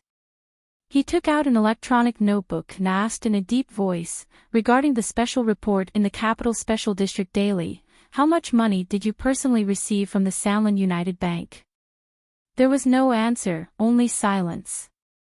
Reporter Wood, your annual salary is more than 10 times the average salary of the Journalists' Union in the 70 years of the constitutional calendar. How do you explain this? Can we interpret this as a transfer of benefits from the Sanlin United Bank to you? This question could be answered. Wood was the only reporter in the Federation who could use a group of entertainment paparazzi to dig out so many secrets of Senator Macklin. Naturally, he was qualified to receive the highest level of salary. However, Chief Editor Bob and Wood had answered this question too many times. They knew that it was meaningless, so they still remained silent. Chief Editor Bob, the next question is directed at you. Among all the chief editors of the big newspapers on Old Newspaper Street, you are the only one who does not own a share in the newspaper. Why? There are 3 unnamed shareholders of the Capital Special District Daily. Are they your agents? What are you trying to hide? The high salary was bribed by the rich, but not having a share in the newspaper was considered a conspiracy. No explanation was needed. The Federation government did not need their explanation at all. They only needed them to admit their guilt, so they still remained silent. The two of you are famous in the Federation's news industry. I have always respected you, but I did not expect that you would betray your conscience for money. The official behind the light said sarcastically, "But please rest assured that the Joint Investigation Department has never used torture to extort confessions. I'm going to have a cup of coffee. Do you want to listen to a song?" The song was a dance song, but it was not graceful. The electronic noise blended in a very narrow range. If they heard this dance song on the street, Bob and Wood would at most smile with a coarse tobacco and laugh at each other's taste in their hearts. However, when the dance song was played at a volume beyond the human endurance, it became the most unbearable torture. The music had just started, and the volume was not turned up to the maximum. The officials had not yet walked out of the interrogation room. Like a good student who loved to show off, reporter Wood raised his right hand high and shouted, "I admit it. I admit." Beside him, editor-in-chief Bob, who had an extremely complicated expression on his face, raised his left hand and shouted, "I raised my hand first. I admit that we did accept the black money from the Samlin United Bank and deliberately framed the president." After saying this, the two of them looked at each other and saw the fear in each other's eyes. The so-called true warriors would never look at a stone in front of them and kick it. They would rather take a detour. This was what they thought. Where is the money? Through which channel was it transferred? Where did you meet the people related to the Lee family? When? Bob looked at Wood, thinking that he was the most famous reporter in the Federation's news industry. He wrote quickly and carefully. This difficult task could only be handed to him. Wood swallowed hard and tiredly held his forehead, trying to make up a perfect story that would not be easily exposed. However, the most important problem was that the two of them did not accept bribes from the Samlin United Bank at all. They did not even meet with the people of the Lee family in private. The Joint Investigation Department would investigate all the clues, and if there was nothing, it would not become a real thing. The official in black looked at the two of them and sneered. He walked out of the interrogation room, and the dance song, which was more terrible than the noise, became louder and louder. Bob and Wood looked at each other and confirmed that the Federation government did not want to hear too much at all. They only wanted to torture themselves. They could not help but smile bitterly. The seemingly cheerful and witty life of a prisoner was, in fact, full of endless pain. In the noise, the two best reporters of the Federation held their heads with pale faces and collapsed in the chair in pain. They knew that the dance song would stop in half an hour. At that time, there would not be any injuries on their bodies. Even a lawyer would not have any way to complain to the government on their behalf. A thin plastic bag covered the head. The deformed face inside opened its mouth and breathed in panic, but could only breathe the air that came out of its lungs. It became more and more turbid and lifeless. The man whose head was covered by the plastic bag struggled in pain, but there was no way to break the high-strength plastic rope tied to his limbs. There was no way to escape the control of the men around him. Only when he was about to suffocate to death was the plastic bag taken off, and then a basin of cold water poured over him. Compared to the experience of Bob and Wood, the scene that happened in the secret interrogation room of the Federation Investigation Department of a state in S1 was obviously more cruel and cold-blooded. The man who was soaked in pain coughed and gasped. Like a fish that had been fished out of a pond, he stared at the picture in front of him that he had seen countless times. He cried and said, "Yes, yes. I remember." Yu was talking to this person in the corner of the reception party for half a day. The official holding the picture smiled and patted his face. He walked to the interrogation room next door and looked at the woman behind the table who was in her 30s. There were traces of tears on her face. He said softly, "Your husband's closest colleague has admitted to that matter. Do you have anything to add?" In the 37th constitutional era, the Empire had quietly planted several seeds in the soil of the Federation. The most famous of them were, of course, Sulu and Macklin. Other than them, there was also an intelligence officer named Yu. Because according to the investigation of the Federation, it was he who gave the top-secret itinerary of the ancient clock to the Empire, which eventually led to the explosion. In other words, this seed of the Empire was the most important person in the death of Zhong Shouhu. However, the truth was, before he was arrested by the hardliners of the federal military, Yu didn't even know that he was from the Empire. At that time, he was 36 years old. He had a waitress wife and a cute 4-year-old daughter. At this time, the woman behind the table in the interrogation room was Yuyu's wife, Rosie. She stared at the official with frightened eyes and said in a trembling voice, I don't know. I don't know anything. I have never seen the person in the picture. The official's face quickly darkened. He slammed the table and shouted, "What are you trying to hide? Are you colluding with the Empire?" Rosie waved her hands in panic and said, "No, I have never seen anyone from the Empire in my life. How could I collude with someone from the Empire?" "Liar." The official said coldly, "Your husband, Yu, is from the Empire. How can you say that you have never seen anyone from the Empire?" Hearing that name, Rosie was very sad. She shouted in pain, "It's not like that. When I met Yu, he was not from the Empire, nor was he a spy. He just liked to eat my food. But he is a spy from the Empire." The official coldly and mercilessly tore apart the woman's emotions. He said, "The question now is, who exactly awakened this spy of the Empire and ordered him to do such an ugly thing? That damn newspaper said that the person was Jean. Those idiots in society actually believed this. They didn't think about it. How could the great and invincible officer of the Iron 7th Division, the trusted subordinate of General Shaoqing, collude with someone from the Empire?" The official's voice was cold and intrusive. He stared into the woman's eyes and said, "If you don't identify the real mastermind behind this, the Iron 7th Division, General Shaoqing, and even Mr. President will be humiliated because of this." Rosie didn't get any answer. She just trembled. She vaguely felt that this matter was very scary, but she didn't know what to say.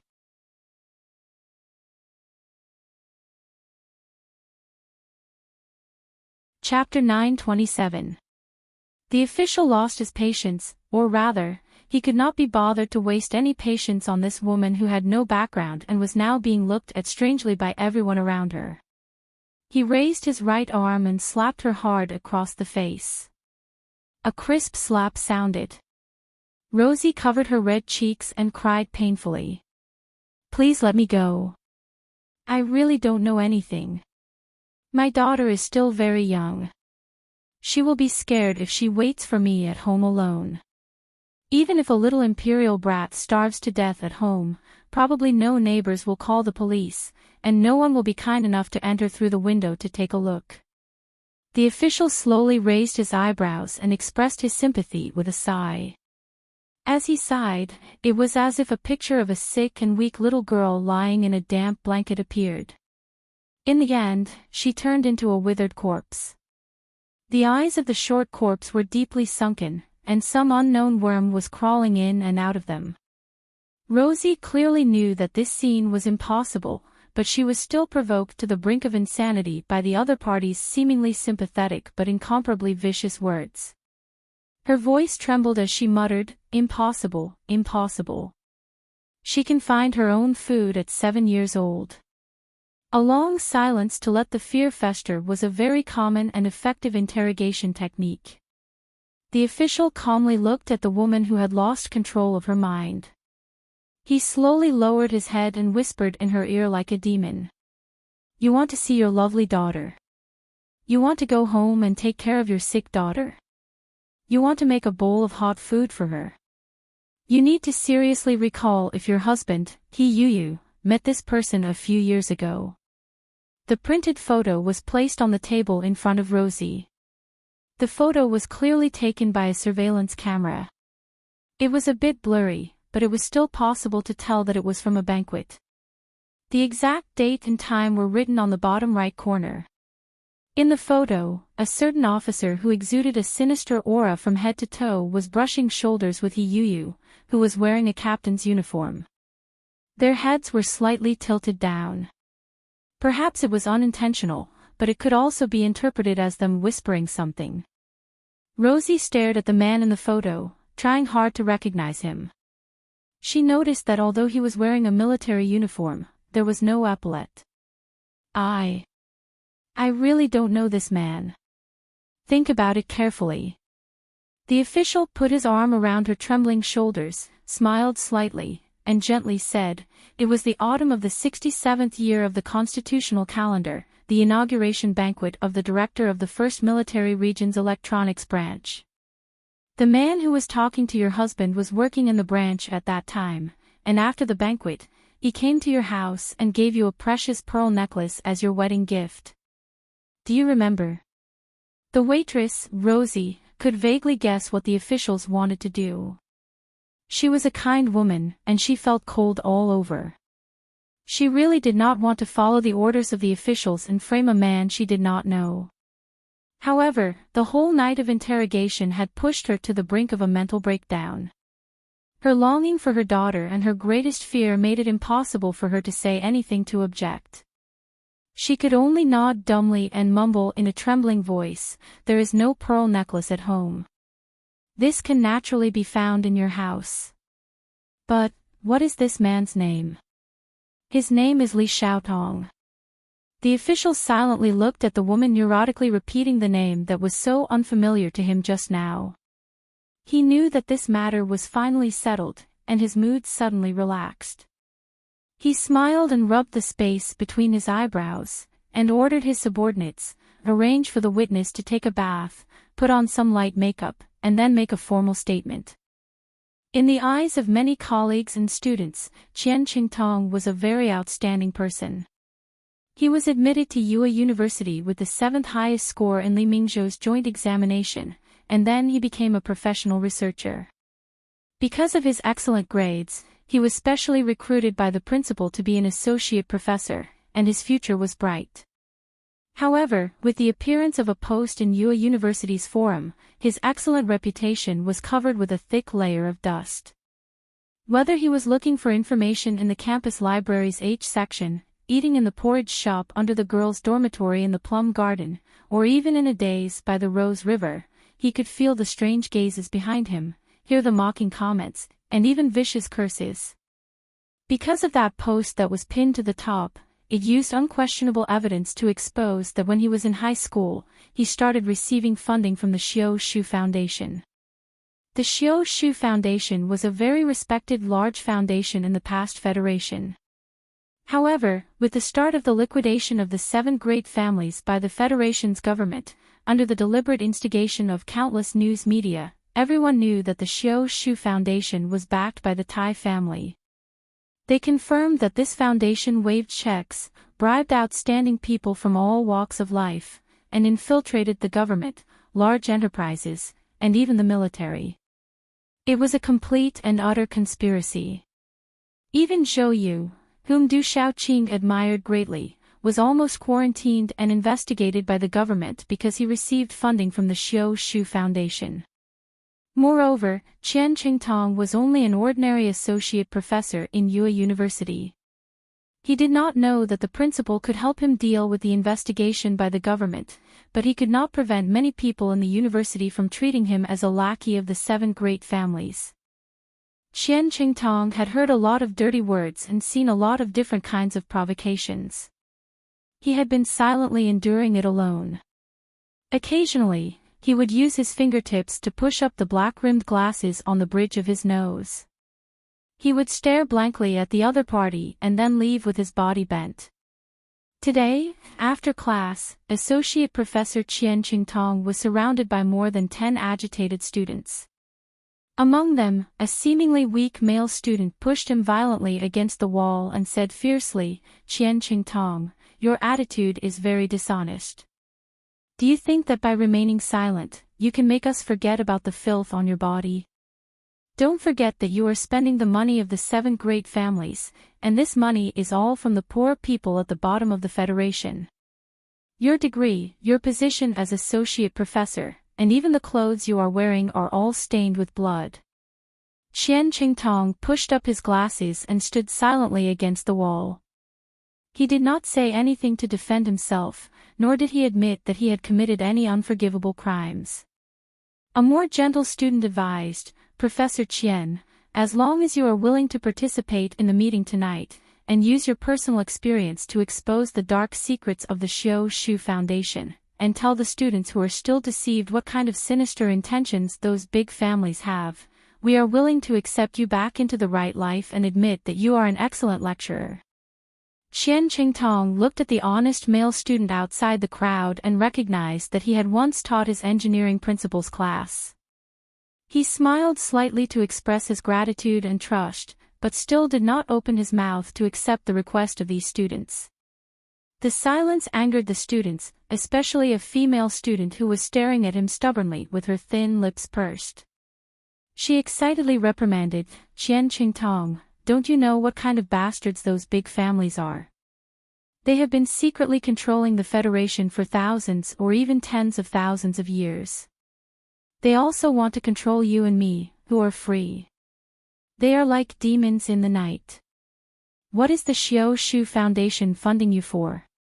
You have to tell us honestly.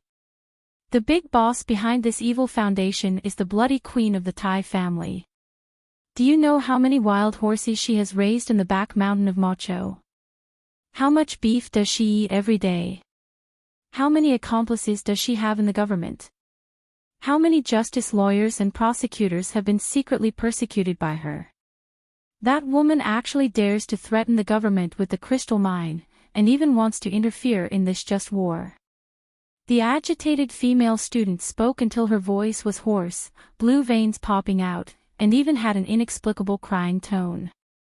She pursed her thin lips and shouted, "You still don't admit your mistake."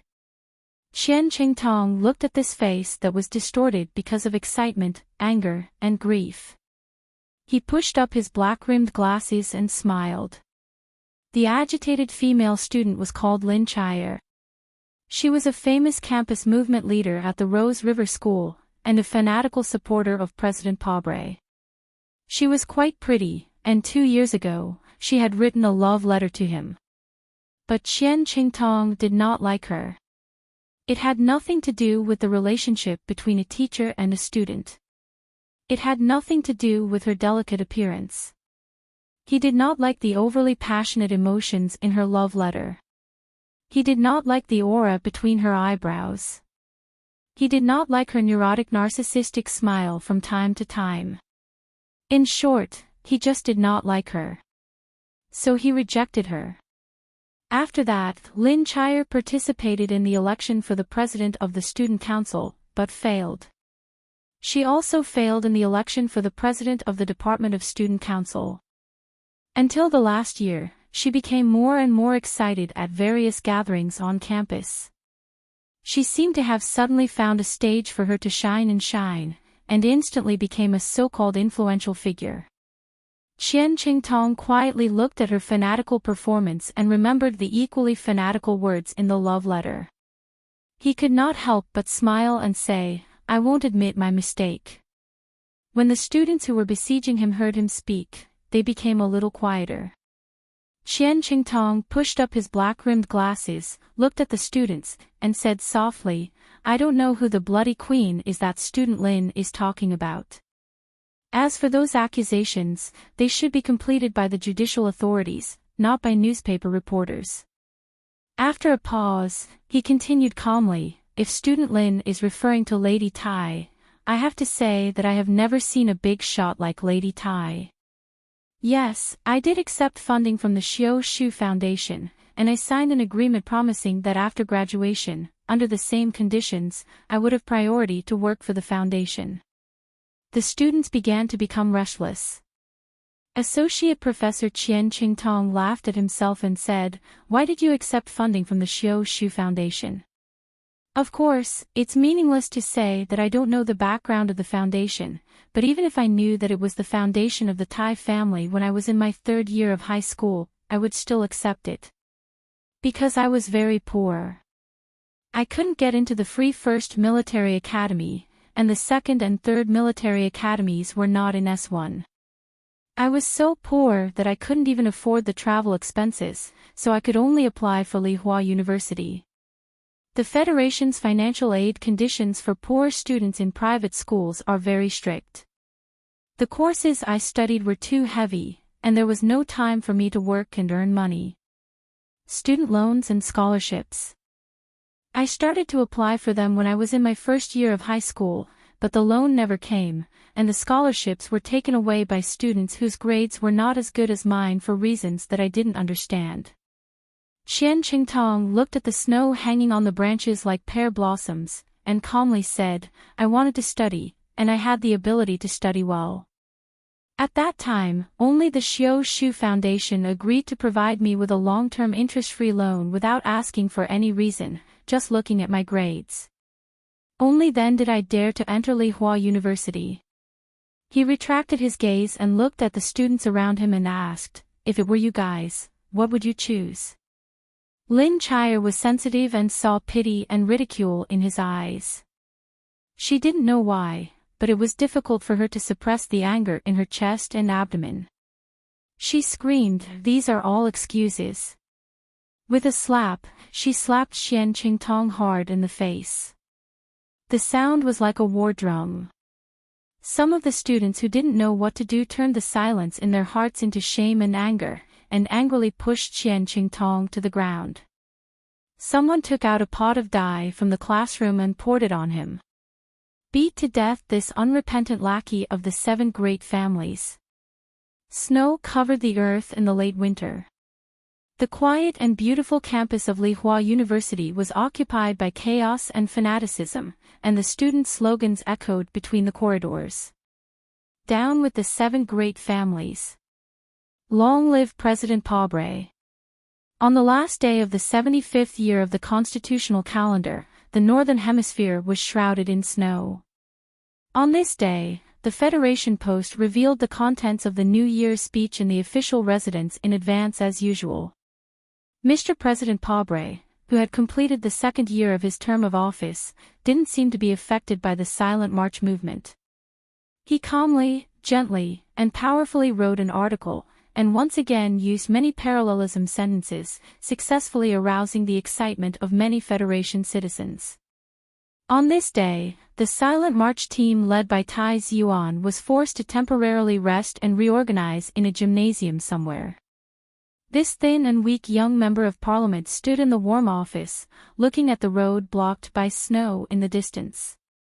He thought about the shocking news he had just received, and his delicate eyebrows were tightly knitted, as if he wanted to see clearly what the next year's federation would be like.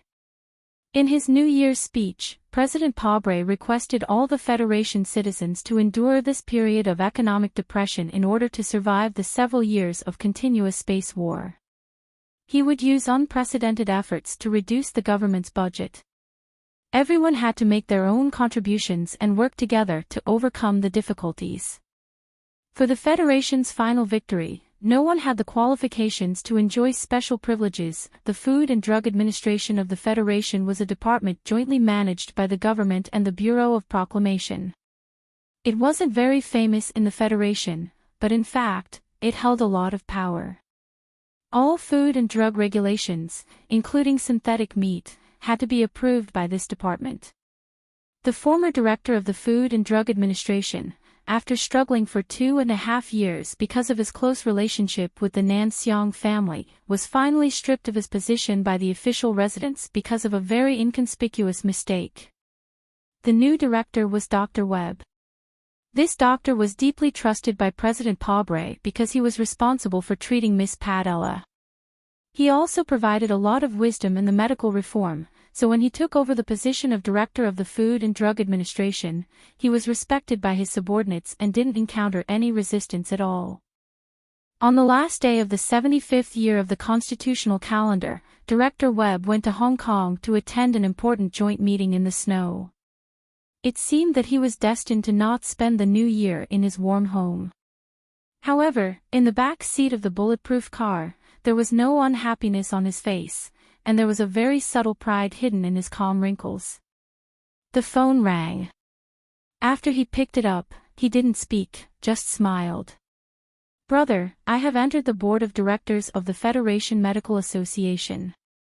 Because of the existence of the Bureau of Proclamation, Director Webb couldn't intervene too deeply in the food industry, but the pharmaceutical industry, with an annual output of trillions of dollars, would provide him with a steady stream of remuneration from today on. When President Pobre was at his worst, there were only 3 staff members in the law firm. In addition to the president and his wife, there was also Descartes, who was expelled from the Faculty of Law of the Capital University. The young student who was in charge of miscellaneous jobs at that time finally became the most powerful official in the Federation's Ministry of Commerce 20 years later. On this day, Descartes, the chief assistant of the Federation's Ministry of Commerce, secretly flew to Bermuda. However, the welcoming ceremony at the Bermuda airport was so grand, with beautiful women and flowers lined up to greet him. It was believed that the real secret couldn't be kept. But Descartes didn't mind. The real secrets of officials were always in places that the public couldn't see. For example, that night at dinner, he received a huge check, so he forgot that the check was written by the most notorious arms smuggler in Bermuda. For example, the next morning, he pushed away the naked woman in his arms, opened the window, and saw the beautiful manor that belonged to him. He was so happy and satisfied that he didn't care how many bodies of Bermuda slaves were buried under the blooming roses in the manor. Because of the war, the Federation's economy stagnated and even had a hint of depression. Before the war, the experts who said that the war would lead to rapid technological and economic development in the Federation were now all silent. A worker in S2 Oak State looked at the meager salary in his pay card and could not help but sigh softly. He had joined the 3 major industrial unions, but he did not join the Silent March movement, nor did he join the other faction to support President Pavel.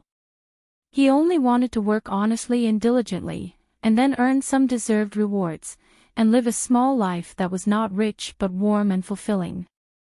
However, with the price of goods rising so much, it seemed that there was no way to live a simple life. The orphans of East Lenaxi State's Gullah Street had long felt that their lives couldn't continue. Following the shortage of crystal mines and the lack of new mining disasters, most of the orphans grew up. The number of the youngest orphans was extremely small, so the government very simply and directly cut off the welfare subsidies. But even though the number of orphans was small, those orphans still wanted to live a better life. 2 13-year-old youths stared at the black market beef in a dark stall, continuously swallowing their saliva. They wanted to steal and rob, but the scars on their wrists constantly reminded them that those black market traffickers weren't much more loving than the government officials. In a certain mechanical farm settlement in S3, a grizzled-haired mother looked at the expensive high-quality apples. After hesitating for a long time, she bought a few and then returned home with her body bent over. A black and white photo hung on the wall of the home. In the photo, a young Federation soldier had a solemn expression, as if he was still alive to protect his hometown and his elderly mother. The mother placed 3 beautiful crystal-like apples in front of her son's portrait.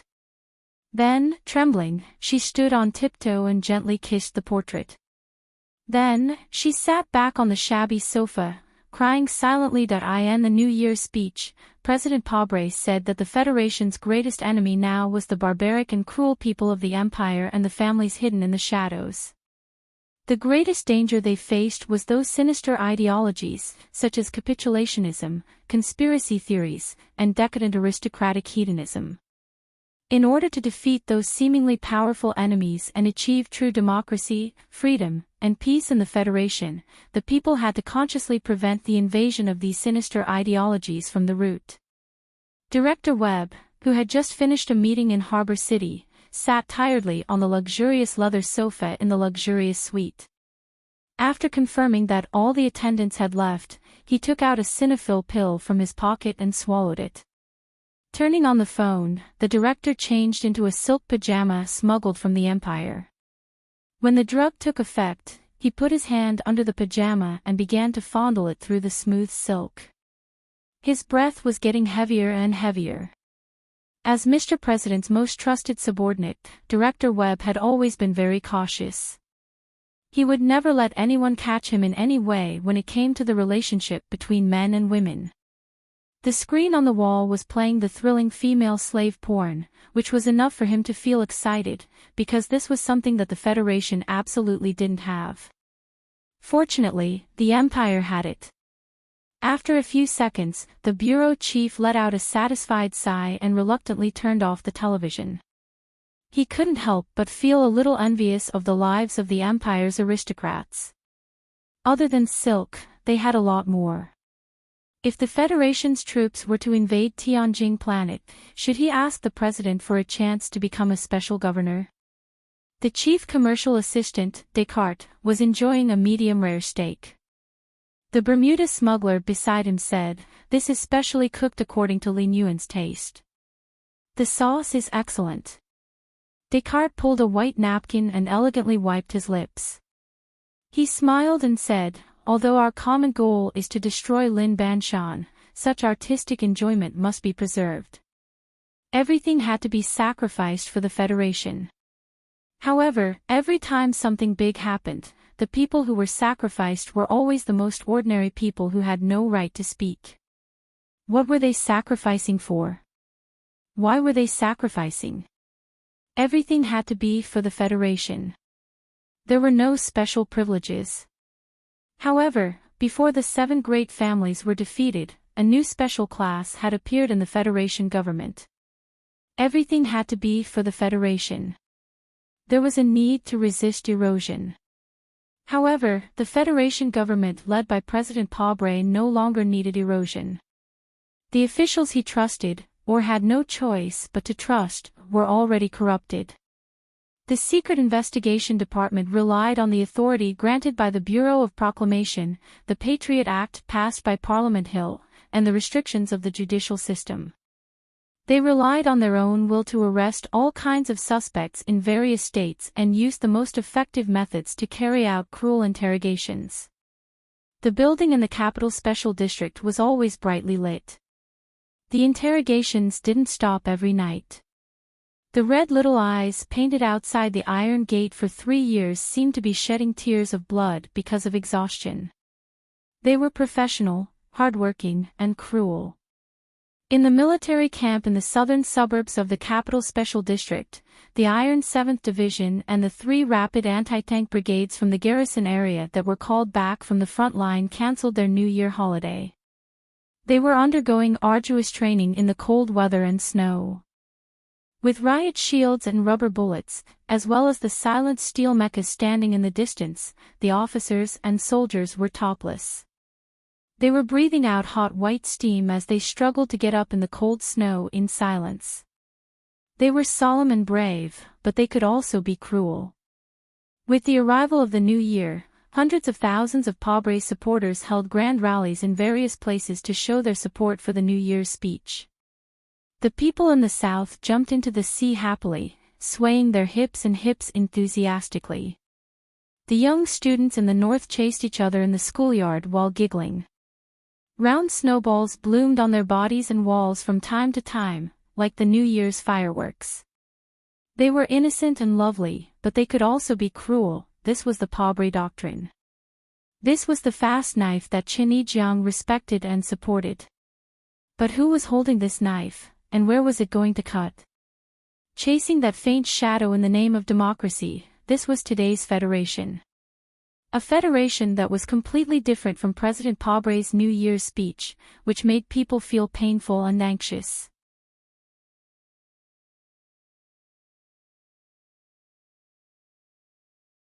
Chapter 928. As a witness representing the Sanlin United Bank at this hearing, do you have anything to say about the 69 accusations? The magnificent space inside Parliament Hill was filled with a tense atmosphere. However, because of the confrontation of words and evidence, it was not cold. It was the complete opposite of the coldness of the slowly falling snow outside the building. There is no point in arguing against the accusation that was forcefully given. I represent the Sanlin United Bank to express my anger and disappointment at today's hearing. At the banquet, Li Xiaotong was dressed in a black suit. Just like 3 years ago, he still exuded a cold aura of plum blossoms in the snow. The only difference between him and 3 years ago was that there were a few more fine lines between his eyebrows. The fine lines were not because of age, but because of fatigue. When the Federation government under the leadership of Pobre started the war with the 7 families, the difference was the traditional domain of the Li family. The Financial Accounting Act, the Open Fund Act, and the related Equity Exchange Act.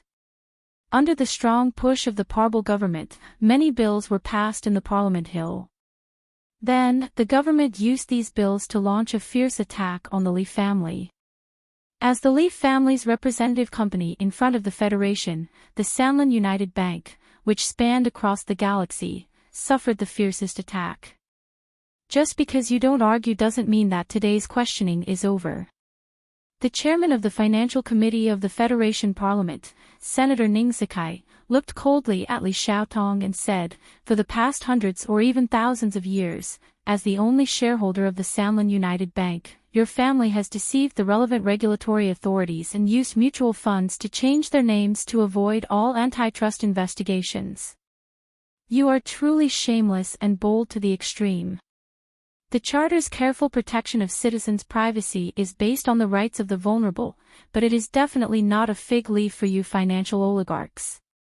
In the past, you could use the privacy regulations in the Charter Act to refuse government supervision and investigation, but now, according to the Patriot Act, you can no longer use this protection. If by the 18th of January of the 76th year of the constitutional calendar, the Sanlin United Bank still fails to provide the relevant equity distribution report, the Parliament will agree to the request of the Federation government to send the Federation's audit office to the headquarters of the Sanlin United Bank." Hearing this warning or threat, the quiet Parliament Hill suddenly became lively. Members who supported the Leaf family slammed the table angrily, expressing their indignation at the abuse of power by the government. Members who supported President Pobre waved their arms excitedly, expressing their support. The Patriot Act. Li Xiaotong raised his head with a gloomy expression. He looked at the senator above and replied in a deep voice, "If my memory is correct, Mr. Bob, the senior editor of the Capital Special District Daily News, has already submitted a petition to the Supreme Court of the Federation several months ago, requesting the court to declare the bill unconstitutional. Editor Bob is currently being detained by the Federation government. I would like to ask Mr. Senator, when will he be released? If he can't be released, the Supreme Court will not be able to proceed with the unconstitutional lawsuit, then no one knows whether the Patriot Act will stand." Li Xiaotong stared at the wrinkles on Senator Ning's face and said mockingly, "The Federation government and the Parliament are using a bill that is highly likely to be unconstitutional to investigate the Sanlin United Bank, which has supported the Federation's financial system for thousands of years. Don't you think this is ridiculous?" Without waiting for an answer, he turned to all the senators, raised the document in his hand, and asked sternly, "The 69th accusation states that the Sanlin United Bank provided a large amount of financial assistance to the 4th Military Region without the approval of the government, which is a serious violation of relevant regulations. What is the meaning of this? For the sake of the soldiers fighting in the front line, the Sanlin United Bank donated a large amount of money to support the troops to replace the new equipment. What's the problem?" Li Xiaotong threw away the accusation in his hand angrily. The thick high-quality fiber paper fluttered like exaggerated snowflakes on the Parliament Hill. The Parliament Hill was in chaos again. The senators who had just learned the details of the 69th accusation whispered to each other, shocked and speechless. Of course, they knew that the Leaf family was actually supporting the remaining forces of the Zhong family in the West Woods. However, during wartime, the Leaf family was in the name of donating to the military. Who could say anything? A middle-aged male senator who supported the Leaf family took off his shoe angrily and threw it at the podium. He cursed, "Donating to the military is a crime. What kind of bullshit logic is this?" The Federation government provided a large amount of war loans to the Sanlin United Bank. Ning Sakai, are you going to accuse the Sanlin United Bank of bribing the Federation government? Because the distance was too far, the senator's shoe didn't reach the podium. It fell halfway and almost hit the head of a female recorder. The scene was chaotic. On the podium, Ning Sakai's expression didn't change at all. He whispered a few words to the chairman of the ethics committee next to him and then gave the speaker's seat to him. The old voice of the chairman of the ethics committee sounded from the loudspeaker. It was just like the white hair on his head, pale and boring. "There's an emergency. Because it involves the Empire and is of great importance, please allow me to take up the time of this hearing. This is the latest accusation against Mr. Li Xiaotong. I would like to ask you a few questions. First, what's the relationship between you and the spy of the Empire, He Yu? Li Xiaotong frowned and looked at the podium. If it wasn't for the words, spy of the Empire, he wouldn't have remembered who He Yu was. He said, I don't know him. I knew you would answer this way. The chairman of the ethics committee looked at him and sighed. But the wife and colleagues of the spy don't seem to think so. A photo appeared on the giant screen of the Parliament Hill. Photo, pearl necklace, a confession. Li Xiaotong listened silently. His eyebrows were furrowed tighter and tighter. His face was getting worse and worse. All the evidence pointed to him being related to the spy of the Empire, and that spy was the key person in the explosion of the ancient bell. Under the current situation, this was a crime that no one could bear, even if he was the seventh young master of the Li family. The hall fell into a dead silence. No one spoke for a long time. All the representatives knew that the federal government was accusing Li Xiaotong of colluding with the spies of the Imperium. It was obvious that the federal government was pointing at the Li family behind him. Such a terrible and irredeemable accusation indicated that this was a decisive battle with no way out. Even the members who supported the Li family fell into silence. The middle-aged male member who couldn't control his anger took back the shoes that the staff passed back. He silently put them back on his left foot and then tied his shoelaces for 5 or 6 minutes. What broke the silence was the ear-piercing sound of the phone ringing. The hearing on the Parliament Hill requested that all communication devices be turned off. However, Li Xiaotong didn't answer it. The ringing sound came from him. After answering the phone, he listened for a moment and then hung up. His face suddenly became extremely gloomy. It was so gloomy that it seemed like it was going to rain. Under the gaze of countless pairs of angry and complicated eyes, Li Xiaotong turned around and walked out of the Parliament Hill without hesitation. Member Ning Zikai gloomily stared at the back of the disappearing figure of the Parliament Hill. He scolded in a low voice, he has no respect for the Parliament. What a bastard! Sitting at the top of the rostrum, Vice President Xian had been dozing off. Whether it was the hearing or Li Xiaotong's arrogant departure, he didn't seem to see it at all. Since Tai Ziyuan decided to hand over the Crystal Mine Consortium to all the people of the Federation, the back of the Parliament Hill had been strangely silent in this bleak weather. As a close political partner of Lady Tai, he naturally remained silent. Li Xiaotong walked down the long stone steps of Parliament Hill in the midst of the fluttering snowflakes. The gloomy expression on his face did not ease at all. Just as he was about to enter the car, several government officials in black formal suits blocked his way. Li Xiaotong, citizen number.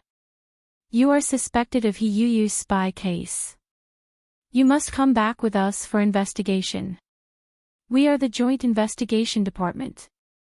After reading this sentence, the 3 officials indifferently stepped forward and surrounded him. Their steps were simple but extremely powerful, giving people an irresistible feeling. You actually sent 3 elites of the small-eyed army to arrest me. Li Xiaotong looked at the officials expressionlessly and said, I don't know if I should be flattered or angry. If it were any other time, I wouldn't mind going with you, because the evidence you forged is really good. But not today. We are enforcing the law. Your wishes don't matter. The officials shook their heads and then raised their hands to shake off the snow in their hair. The 3 elites of the small-eyed army who didn't wear military uniforms had already violently twisted Li Xiaotong's arms and were about to put handcuffs on him. Li Xiaotong didn't shake his head, but nodded. A middle-aged man in an ordinary uniform stood quietly beside the car, ready to open the door for Li Xiaotong. No matter what happened, his face was expressionless, and he didn't move at all. He didn't look dangerous at all, just like a well-trained driver. Until Li Xiaotong nodded, the middle-aged man knew that it was okay for him to do it, so he did it. His name was Brother Zhang, and he was one of the few fierce people in the world who could make Su Le feel afraid. When he stood quietly in the corner, he was like a retro long gun that was bound by countless layers of coarse cloth. There was no luster or sharpness, and it was extremely ordinary. When he moved, the coarse cloth wrapped around the gun was broken into pieces, just like the uniform on his body that had turned into butterflies. The three powerful elites of the small-eyed army, who didn't know what had happened, were blown away by a huge force, and fell into the snow in the distance with blood spurting out. Brother Zhang's sleeve was also broken, revealing a small but absolutely powerful pistol on his wrist, which was aimed at the official's eyebrows. He didn't observe the horrified expression on the official's face at all.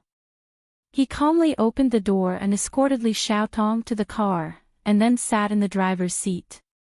The tires screeched violently, and the car disappeared in the wind and snow like smoke, disappearing in front of people's eyes. You're tuning into the LoveLore Library YouTube channel. We're so grateful for your support, and don't forget to subscribe to join us on this incredible journey through captivating stories. Your generosity through donations truly makes a world of difference, as it's the primary source of revenue that allows me to expand and enhance this channel for you. Thank you from the bottom of my heart for being a part of this adventure.